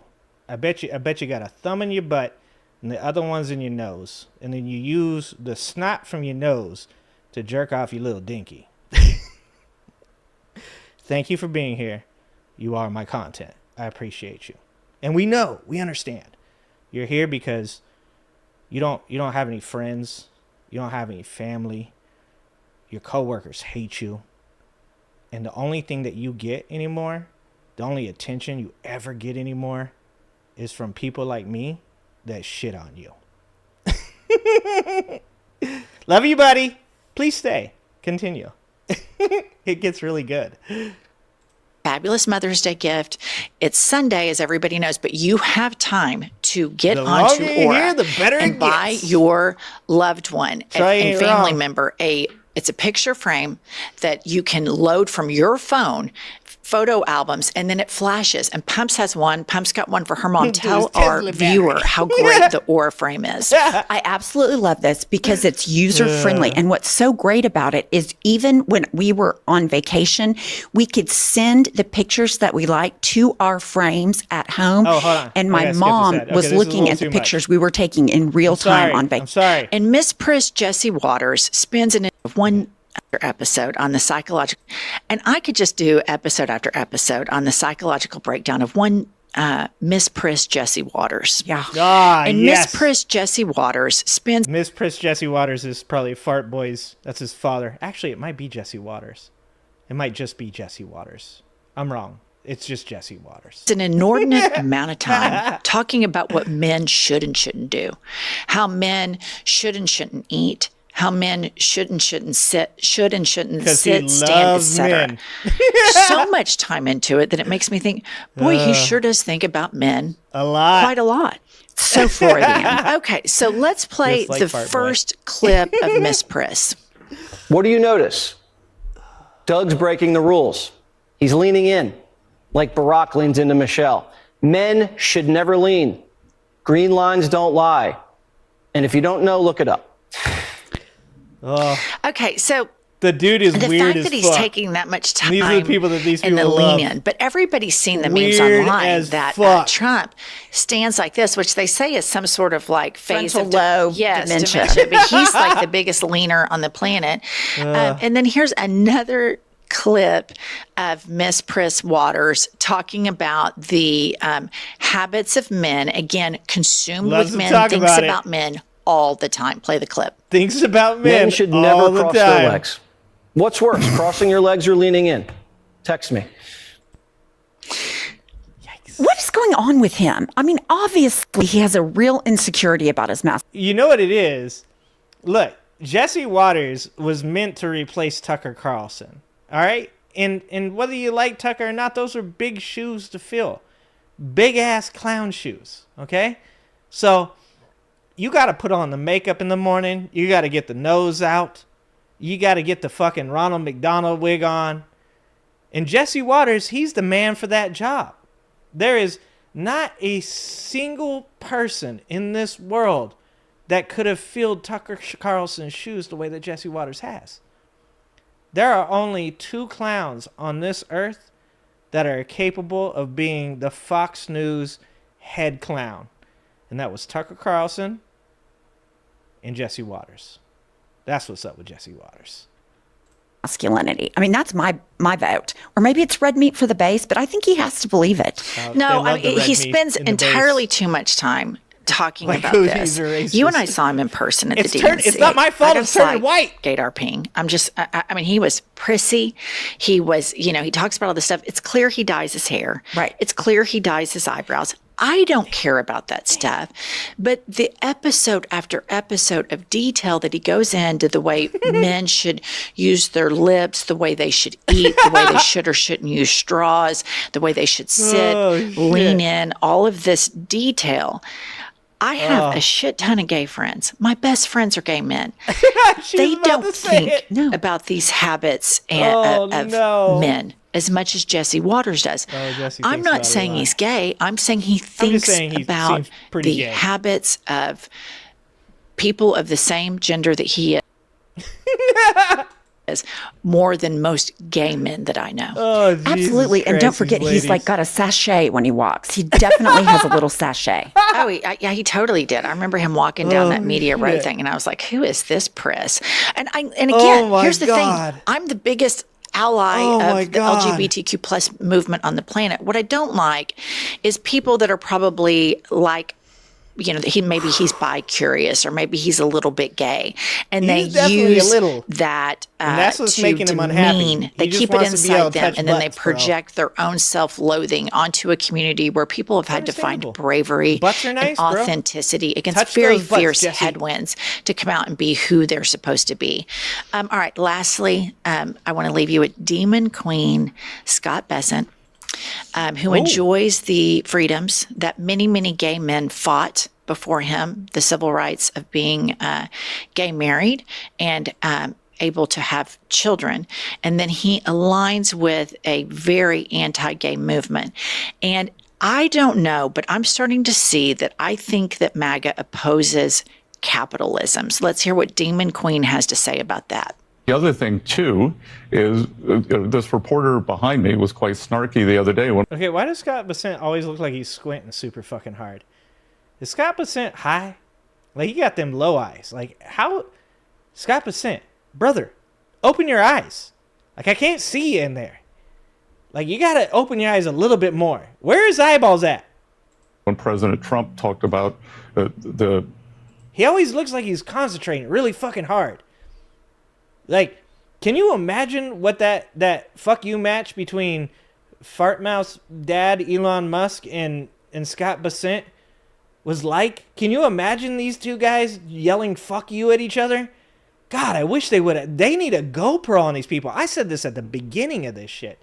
I said, if Donald Trump's going to be elected, can we put GoPros on these people? Because I don't want to miss a minute. I don't want to miss any of the drama. How are we not seeing the inside look of Scott Bessent fucking squinting really hard at Elon Musk in a K-hole and both of them yelling fuck you at each other? What is going on? We are missing out on some prime content. Girl having 2 dolls. And he said, well, what? President didn't take the question, but he said, what would you tell that girl? Yeah, I'm sad, I said, I would tell that young sad. Girl that you will have a better life than your parents. I wanted to have a go. That you and your family, thanks to President Trump, can now be confident again that you will have a better life than your parents, which working class Americans had abandoned that idea. Like, your family will own a home. You will be able to... Sorry, I was talking about the troll. I missed what Scott Bessent was squinting so hard to say. One more second here. Okay, well, let's go again. Has to say about that. The other thing, too, is this reporter behind me was quite snarky the other day when President Trump talked about the girl having two dolls. And he said, well, what? President didn't take the question, but he said, what would you tell that girl? And I said, I would tell that young girl that you will have a better life than your parents, that you and your family, thanks to President Trump. Oh, what? Hold on. Trump was the president like fucking 6 years ago. He's gonna have been the president for 8 out of the last 12 years. The reason her parents' life sucked was because of Donald Trump, dog. Yeah, she probably is gonna have a better life than her parents because Donald Trump will be dead by the time she's all grown up and shit. Trump can now be confident again but that you will have a better life skit. than your parents, which working class Americans had abandoned that idea. Your family will own a home. You will be able to advance. You will have a good education. You will have economic freedom. Like, you will work in the factories. You will yearn for the mines. That's what we are advancing. Yeah. Okay, that's just total propaganda, and divorce from reality. But this idea that you can't buy as much as you want to is really the antithesis of what the Republican. Yeah, it's very strange. It's a very strange mentality. Because, yeah, there are a lot of people in our society that aren't well off. But I've said this before, like, entitlement-wise, American, all of us, every one of us, we're through the roof. Because I've grown up as poor as you can in America. But social safety nets were there to keep me from having to live like you would in a third world country. Now, I ate out trash cans. I fucking stole food. Like I have famously told everybody, I had a 5-gallon bucket for a bathroom, and I had to carry that thing and empty it out, and every once in a while it splashed on me. Look, shit wasn't great. I've been homeless. I've lived under bridges. I lived in cars. But throughout all of that, my mother was still able to receive disability benefits and food stamps, and it kept us going long enough that I got here to where I am today. The country as a whole was moving the right direction. We all know about our past, our history. We all know about the flaws and the things that we need to do something about. And I will be the first person to say there's no reason to make excuses for not doing something about those things. But to act like we've lived in this country that's just dive bombing into hell. Until Donald Trump came here, that definitely was not the case. But it seems like self-fulfilling prophecy at this point. It seems like Donald Trump and all of his bros are like, shit's really bad. Joe Biden fucked us up. It's all the Democrats' fault. We're going to burn down the country. Like, dude, shit could be better. That's true. But attention, shit can also be worse. And these people are making it worse. Messaging regarding capitalism has been for decades. And you're starting to hear it from the president, from the vice president, from Demon Queen Scott Bessent. You're hearing it from Fox News. You're hearing a very anti-capitalist message. And I'm not really hearing people calling that out because that's really a 180 from what we've heard from them forever. Right. They're free markets, no regulation, but yet Trump wants to get into the film industry. He wants to tell you how many dolls you can buy. What also enrages me about that is he's like, you're going to have a better education. No, you're not. You're dismantling the Department of Education. You're going to be able to own a home.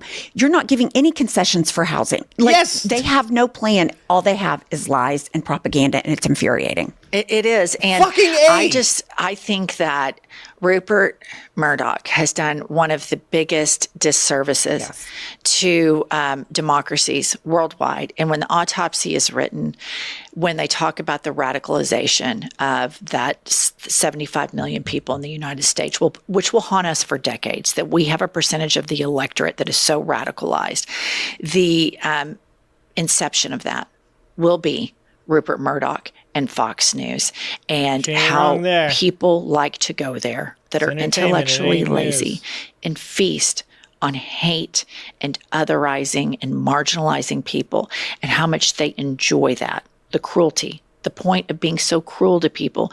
Because Fox News doesn't stand for anything. No. Except for beating people down and bullshit. It's the bullshit beatdown channel. Okay, we're trying to get to 1 million subs. Subscribe, like our videos, engage. Also with other left-leaning podcasters, we have got to build a big echo chamber to combat all of this propaganda. So not only support us, support other partners on YouTube, and we'll see you all later. Good job, guys. Well, if you haven't subscribed yet, they are getting close to 846K, and these two women are wonderful, wonderful people. They are amazing. I just found them. They are awesome. I really enjoy these guys. They are great. Can't say enough. Fucking amazing. Go sub. Go say hi. Tell them the Angry Ginger sent you. Maybe one day the IHIP people will talk to me. Maybe one day. Maybe one day. All right. How much time do we got left? I think we got enough time. Time enough to be angry? I guess so. Let's see. Let me just make sure I got enough time here. Make sure. We're sitting at 2:13. Yeah, we should be able to fit it in there. That's what she said. All right. Let's see. Let's watch. Daily Wire sicko defends racist white woman and called a black child the N-word by the Humanist Report. Also 662K subscribers. Don't forget to go subscribe. I don't know why I'm not subscribed to the Humanist Report. I should be subscribed to the Humanist Report. That's weird. All right. This shit's going to enrage me. So, hope you guys are ready for this. God damn, I hate Matt Walsh. Fuck, I hate Matt Walsh. Okay. All right, here we go. God, I can't believe I'm doing this to myself right now. Saying the N-word to a child in a moment of anger is bad. Is it so bad that it warrants the total and permanent destruction of a person's life? And we all know how this script ends. The offender, in a desperate attempt to call off the dog. No, it doesn't warrant it. It warrants the person apologizing and then asking for a path to redemption, Matt. That's the part that's missing. Is the woman isn't fucking apologizing. She's literally doubling down and started a GoFundMe to make herself a millionaire. This is what fucking drives me nuts about these people. God damn it, man. You know that that's part of the equation. See, I'm already mad. It took like 10 seconds. Dogs tearfully apologizes and begs for mercy, a mercy that they surely will not receive. Oh my God. Yeah. Do you think at the time, if that woman wouldn't have been like, fuck you, oh well, deal with it, the little kid deserved it. Do you think at the time, if she would have said, you know what, that was out of pocket, that was my bad, I can't believe I said that, I'm sorry, I got upset. You know why she won't say that, Matt? Do you know why she won't say that? Because she's not a good person, dog. She's not a good person. That's why. And that's why it's appropriate for people to react poorly to her behaviors. Because they deserve that type of reaction. And yes, she shouldn't be put on a pedestal. And no, she shouldn't be somebody that people go, well, it just sucks that she got called out for calling that little kid the N-word. That's a weird thing to even fucking say, dog.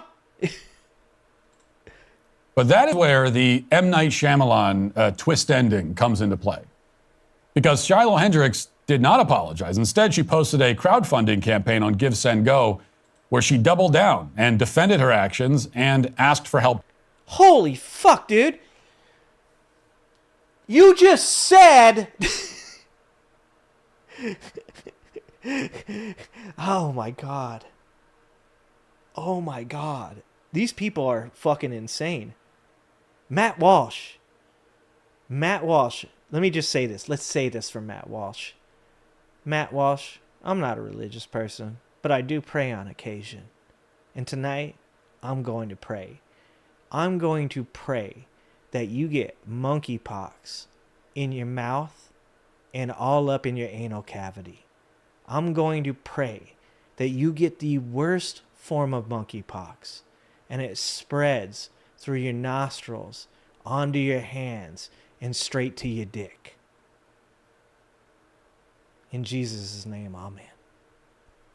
Fuck Matt Walsh. To relocate and get her family to safety. It is, in the end, a net positive that this woman has raised $500,000. I'm glad she has. I hope she raises $1 million. I am. Woo! Mike, let's hear what you got to say about it, Mike. You just heard self-proclaimed theocratic fascist Matt Walsh of the Daily Wire defend a woman named Shiloh Hendricks who went viral for calling a child a racial slur while she was at Soldiers Field Memorial Park in Rochester, Minnesota. And in said video, she proceeds to call the man filming and confronting her the same racial slur multiple times, as you're going to see. Call him the child? The fuck you talking Did you about? call the child the word? None of your fucking business. It is my own business. You call him a... Okay, why don't you have the boss to say it right now again? Fuck you, Nick. Okay. Wow. All right, that's what you say. Wow. Shit, you dumb fuck. Nobody dig into your shit. A little fucking kid just did, you dumbass. That little kid, you call him a... Yeah. The little child? What if he acts like one, he's gonna... Are you about to hit him? You chase him here? He took my son's stuff. So that gives you the right to call the child 5-year-old and the N-word. If that's what he's gonna act That's like. what you're gonna call him. That's what he's gonna act like. A 5-year-old. You know, that's a hate speech. Dude. And you can be recorded for that. I don't give a shit. Huh? Fuck off. We'll Okay, find we'll out. see about that, what the internet has to say about you. Yeah. So, Wow. she, I guess, thought that it was Wow. justified to call a black child who's reportedly neurodivergent a racial slur because he took something from her diaper bag. Wow. Lady, he's a child and you're a fucking adult. Exactly. See, when I was his age, I stole something from the store myself. It was a little Yeah. keychain of a seal wearing a vest. I liked it. Nobody noticed. But in the event an adult caught me, I suspect that 5-year-old me wouldn't have been treated the same way for obvious reasons. Now, when my mom found out, she scolded me and she explained to me that you can't take things that don't belong to you. And I didn't do it again. That's Lesson learned. I was 5, sad, maybe dude. 6. Why couldn't this lady, who's a mother herself, explain this to the child in the same way that my mom explained that to me? We know the answer to that That's question. fucking sad. It's because this woman is a racist piece of shit. That's why. She's a degenerate lowlife who thought that it was have appropriate any to problem with accost that. a child Don't have any problem because with him he calling took that something shit from out. her fucking bag. What do you even say to that? Now, after that What do you video say went to viral, she had no remorse. In fact, she launched a Give, Send, Go, which is the right-wing equivalent of GoFundMe, where she not only That asks for cannot money stop to me. relocate because she says she was doxxed, but she doubles down on the racism, saying, I called the kid out for what he was. This woman is fucking unbelievable. Now, at the time that I record this video, she has managed to raise more than $700,000, I repeat, for calling a kid a racial slur. And she received messages of support from white supremacists and Exactly, neo-Nazis Scott. like That's why it this that shouldn't be say, accepted. send them back to Africa. Here's your crown, queen. Stand up to human trash. F your double standards. This person is what's posted wrong an with this anagram society. of F N-words and got 76 hearts, so that one's pretty popular. Fed up and white. Black is whack. Kiss my white ass. Call them what they are. Second dono to spite them. N-words crap. But remember, guys, Trump supporters have told you they're not racist. Trump supporters have told you that racism doesn't even exist anymore, guys. What are you guys talking about? What are you guys talking about? There's no racism, guys. Dude, if there's any racism, it's barely any at all. This is why people fucking hate you. This is, if you're a Trump supporter and you support this type of shit, or you say there's no racism, this is why people hate you. Like, and when I'm saying that to people in my family. I'm saying that to people that I used to be friends with. People that have literally told me there is no racism, knowing where I fucking come from. If you support a person doing this shit, you're a garbage fucking human being.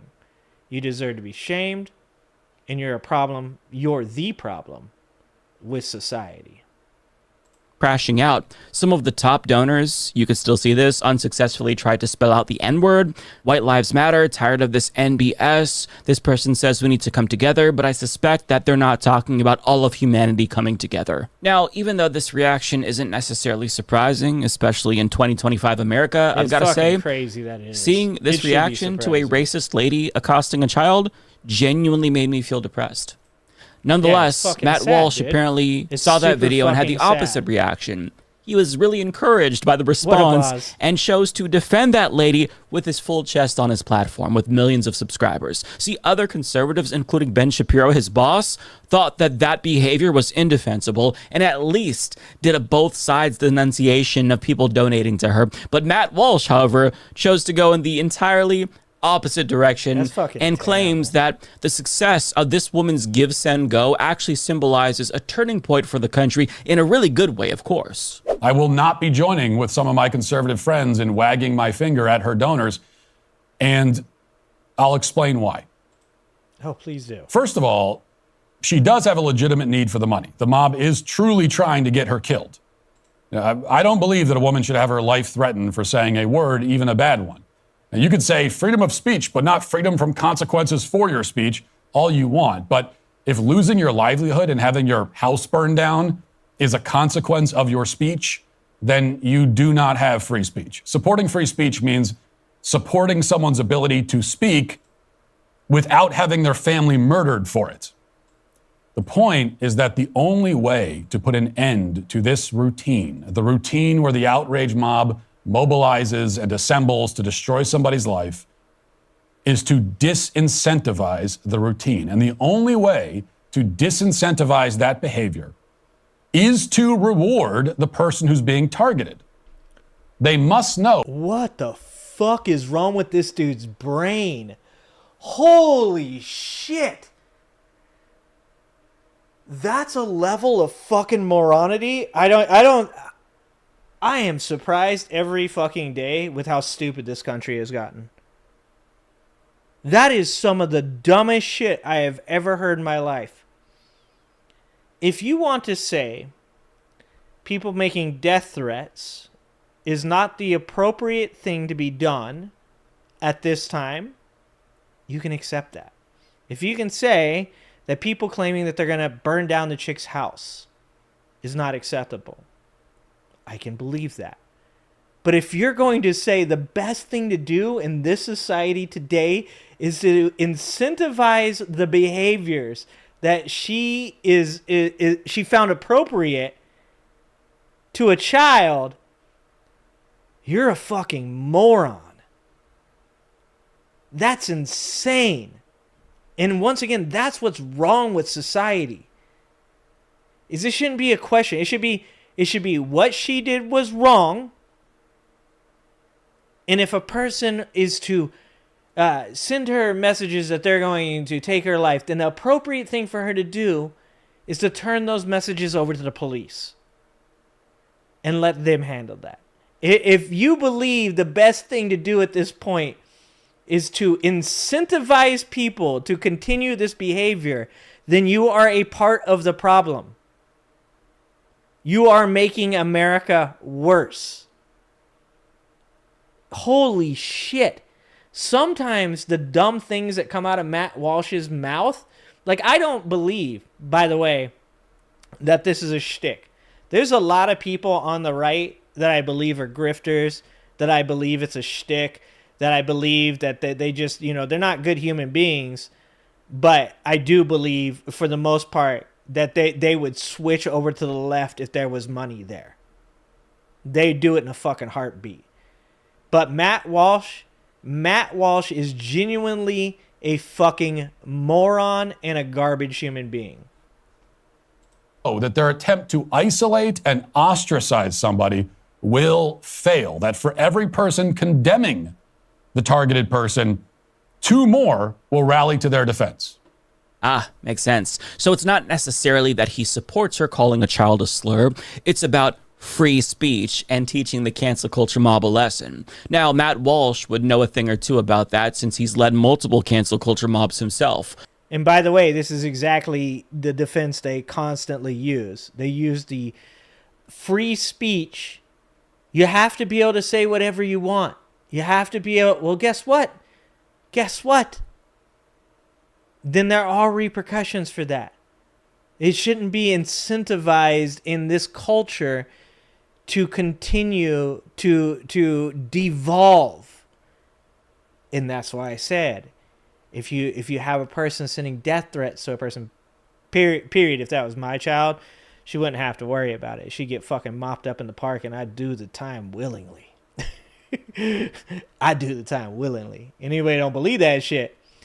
Well, I've been there. I've done that. So,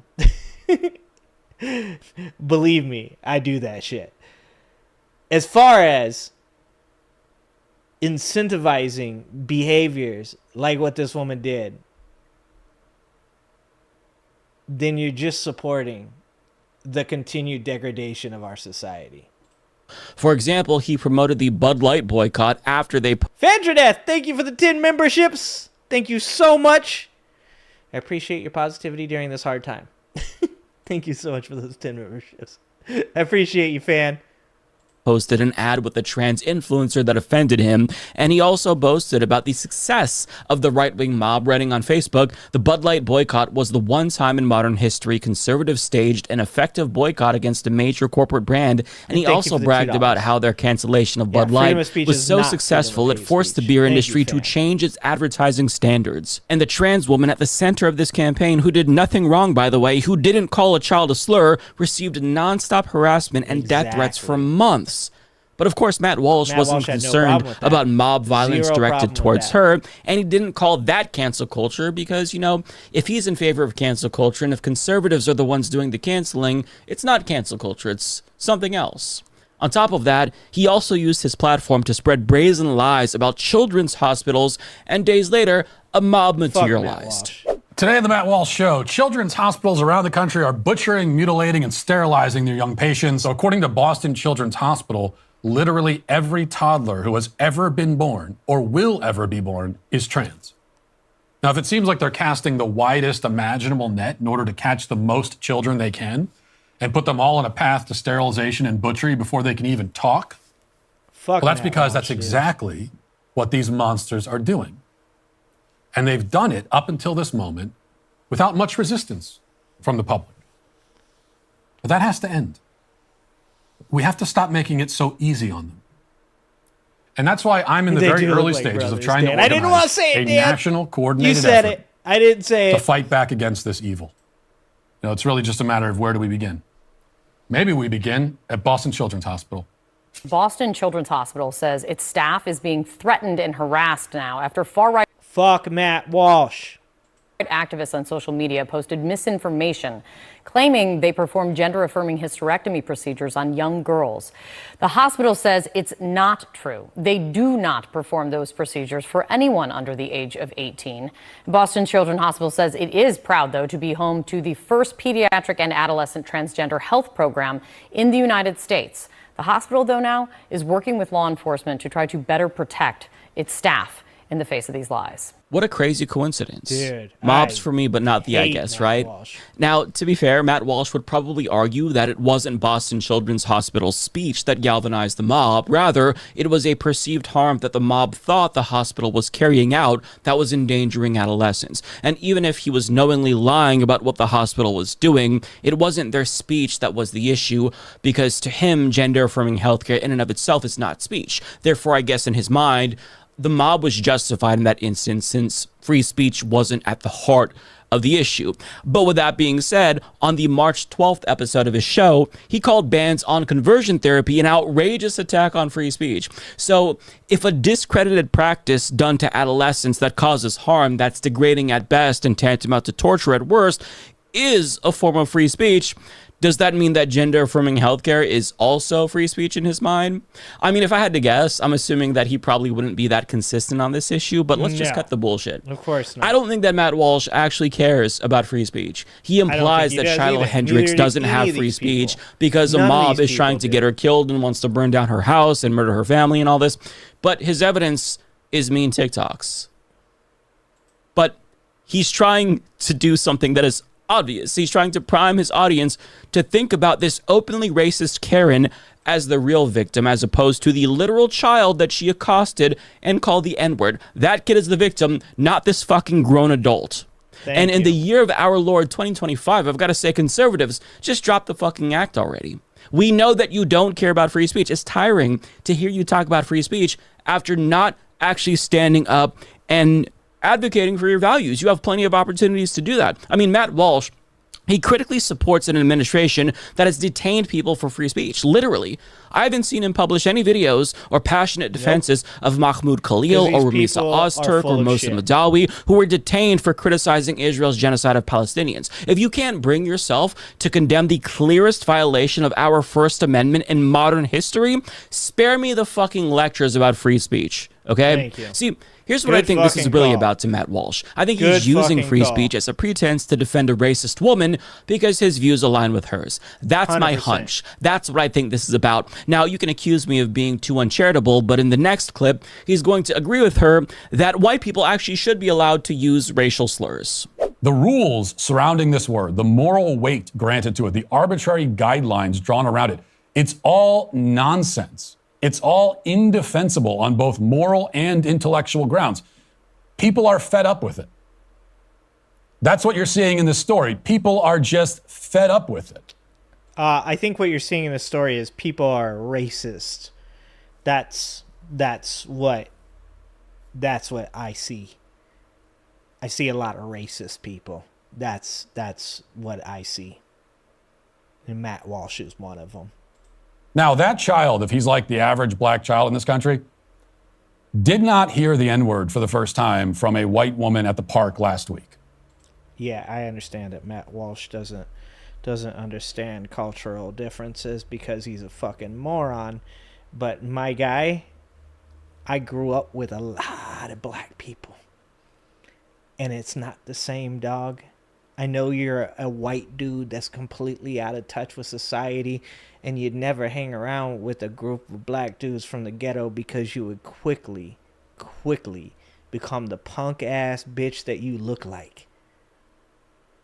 But if you attempt to make the fucking defense of this racist ass woman that kid had heard the N-word from his family being used, and you believe that is the same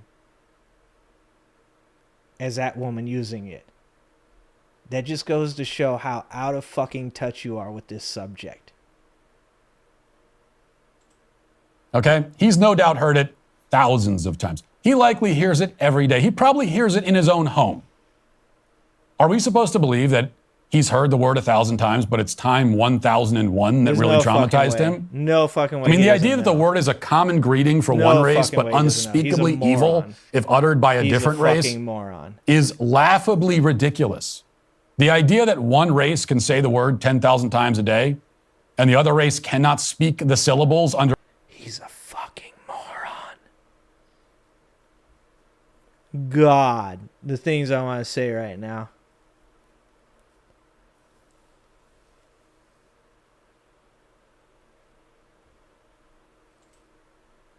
Under any circumstance, even if they're just repeating what someone else said or singing along to a rap song, that idea, again, is totally indefensible. If black people want white people to not say the word, then they need to not say it.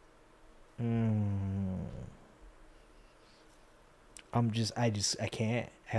The things I'm going to say are not going to do well for YouTube or probably Twitch or anything. I think even Kick. I think Kick might be upset with me if I say the things and Kick is generally willing to let me do whatever I want. You guys might need to go to Kick and subscribe. I'm having an issue. If you say it, I love white people. Everyone else can say it. Point blank, it's that simple. God. That's how life works. Deal with it. Shit. Telling white people and white people only that they can't combine two specific syllables under any circumstance. It's like telling them they can't touch their head unless someone says Simon Says. You're a fucking moron. Dude.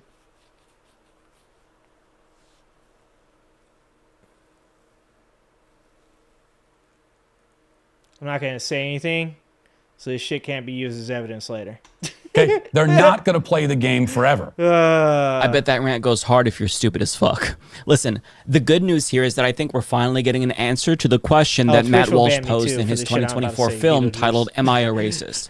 Congratulations, Matt. I know that you've been struggling with this for a really long time, so I'm happy that you're finally getting some closure. The answer is an unequivocal yes. You are a fucking racist, Matt Walsh. First of all, you have no idea if this kid's parents use that word at all, let alone around him. Second, why do you want to say it so bad? Why do conservatives want to say it so bad? Why is this their main issue? Third, it's not illegal to say it, and you know that. They all know that, but the crux of the issue is that you can't say it without being criticized. You want to be able to say it and not face any backlash or societal repercussions whatsoever. And the fact that that's no longer the case, the fact that white people can't call black people the N-word with impunity is the issue here. See, Matt Walsh is a multimillionaire who's probably bored out of his mind, so he's got to make up shit that makes him feel like he's oppressed, so that way his pathetic life has more meaning. He's a rich, straight white dude in America, and given what I know about him, the prospect of historically marginalized groups reaching social parity with him is something that probably scares him, because when you're at the tippy top of the social hierarchy, equality for everyone else feels like oppression for you, especially if you think everyone else should be beneath you because you think you're better than everyone else. But to argue that white people should be allowed to say it, he makes the petulant, childlike argument about how white people should be allowed to say it because black people get to say it, so it's only fair if they get to say it too. It's called context, dipshit. For centuries, that word was used as a weapon against black communities who suffered through slavery, Jim Crow, redlining, and so many other crimes against humanity that our government has never atoned for. To this day, black Americans are disproportionately affected by poverty, homelessness, food insecurity, maternal mortality, income inequality, police brutality, racial profiling. They typically have worse health outcomes, not to mention they suffer from diseases at higher rates, such as prostate cancer, breast cancer, diabetes, even COVID-19. And it's not a coincidence that black Americans have so many disadvantages when our institutions were literally built on a foundation of white supremacy. This doesn't mean that white people can't be poor or have problems themselves, but what it does mean is that they're not going to automatically be burdened with additional disadvantages simply because of their race. So if black Americans choose to appropriate a word that was historically used to dehumanize them, I think that's pretty reasonable, don't you? I don't think that people like Matt fucking Walsh get to tell them what is and isn't acceptable for their community, given his malicious ignorance and distance from the issues that materially affect their communities. And a black American using that word as a term of endearment is very, very different than a white racist using that word to dehumanize, especially if they're using that word against a fucking child, Matt. Context matters. And other conservatives are seemingly self-aware enough to understand this, at least on a subconscious level, which is why they didn't openly defend this lady, even if they probably wanted to. Matt Walsh, however, couldn't care less because this is the moment, according to him, to end cancel culture once and for all. Of course, until he needs to weaponize cancel culture for his own political purposes. It is such bullshit. But please, don't think that the reluctance of other conservatives to rush to this lady's defense is some sort of a sign that they're somehow redeemable, because if I had to guess, they probably agree with Matt Walsh, but they're just too afraid to say it. And the reason why I say this is because they're very open about other forms of discrimination that aren't as socially unacceptable, like ableism and Islamophobia. Case in point, Asmongold, the most popular political streamer in all of North America, believe it or not, who doesn't bathe and tweets about rotting dead animals falling through his ceiling, literally, shared some of his political insight that I guess makes him so popular. He says society would instantly and dramatically improve if we took the bottom 5 to 10 most R-word kids out of school and put them in the coal mines instead. Almost all Western cultural problems are derived from adherence to the false god of equality. Brilliant political analysis there. Another example is Republican Congressman Randy Fine, who responded to the only Palestinian American in Congress who tweeted about how Israel is starving Palestinians in Gaza to death with our support, and all she did was call for an arms embargo, but he responded by calling her a Muslim terrorist and he uses the hashtag starve away to endorse the starvation that Palestinians in Gaza are currently experiencing. He then proceeded to double and triple down using other hashtags such as keep on starving. And the famine in Gaza, by the way, is not theoretical. This is what a sitting member of Congress is publicly supporting. Human beings being starved to death with the full support of our government. But I mean, nobody should be surprised because this The is... fact that people can be okay with this shit happening to children is fucking insane to me. I don't give a shit what you think. Like, when it comes to grown-ass human beings, I'm not going to agree with you. I think you're a piece of fucking human garbage anyways. But to go even further and to be like this with children, man, that's fucking mind-blowing. And it just shows that, like, you're not a salvageable human being. If this is the way you talk about children, dude, like, I've even had, like, arguments with my own buddies who will go in on people's kids. And nah, man, I don't do that shit. Like, that's not my style. I'm not that fucking person. Like, they're kids, man. They're fucking kids, man. Like, if you aren't standing in defense of children, what the fuck are you standing in defense of? Like, where is your bar at? That's fucking crazy. Is the modern day conservative movement. They are openly genocidal and bigoted to the point where they've structured their entire political identities around their bigotry. They purport to care about free speech so long as they're free to use slurs without consequences. That is literally the extent of their advocacy for free speech. They claim that, you know, they oppose equality because it leads to mediocrity, when in actuality, they're bigoted and they hate equality because they think that they're better than everyone else, and them not being able to lord over everyone else in society feels like oppression to them. They claim to be Christians and Christian nationalists and theocratic fascists, as is the case with Matt Walsh, who want to impose their religion on all of us, put the 10 Commandments on public property, yet they disregard the commandment about murdering people. Specifically, bring up Palestinians and the genocide that Israel is doing, that our government is supporting, and suddenly they have amnesia. They can't seem to remember what the 10 Commandments said about murdering people.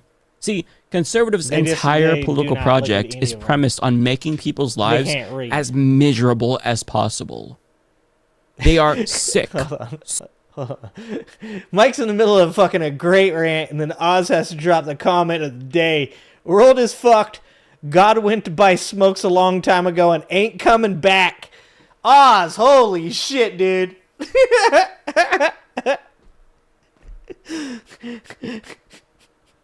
I think that's how I'm going to explain religion to my children, dude. Oh, fuck me. That is gold. I should be super chatting you over that, Oz. I should be super chatting you. Ah, fuck. God damn. I had to stop the middle of Mike's rant for that. We're going to have to give him 10 seconds. 10 seconds. Sociopathic. Giving him back his time? Can't seem to remember what the 10 Commandments said about murdering people. See, conservatives' entire political project is premised on making people's lives as miserable as possible. They are sick, sociopathic, sadistic fucks who thrive on people's pain and misery. It fuels them. They sow division and purposefully antagonize and pit working class people against one another, so that way we're fighting each other instead of the oligarchs robbing us blind. There's a reason, by the way, why the Daily Wire has so many billionaire investors. It's because they are useful tools to the ruling class. This is what modern day conservatism is about. And to be frank, it's what it's always been and is what it always will be. The only difference is the degree to which they allow their masks to slip. And if you consider yourself to be part of this hateful, morally bankrupt, degenerate movement, ask yourself what that says about you. Yikes. Yikes. Oh my God. Well, you have to expose yourself to it because you got to know what's going on. So, you know, I didn't want to watch the video. I knew it'd fucking make me angry. I don't like feeling like this, but it's appropriate. Because it should make you fucking mad, dude. That shit should make you so fucking angry. It's mind-boggling to me that it doesn't make people angry. Here, let's go up top. Well then. What do you say? You know, like, what do you say to that? I don't look for help from up high. It's a long wait for a train that don't come. Exactly, Martin. Exactly. This isn't hard, man. It's a pretty fucking clear line. If seeing shit like that doesn't upset you, you're broken. You got something wrong and you should probably seek help. And I get it. Like, I grew up fighting this kind of shit.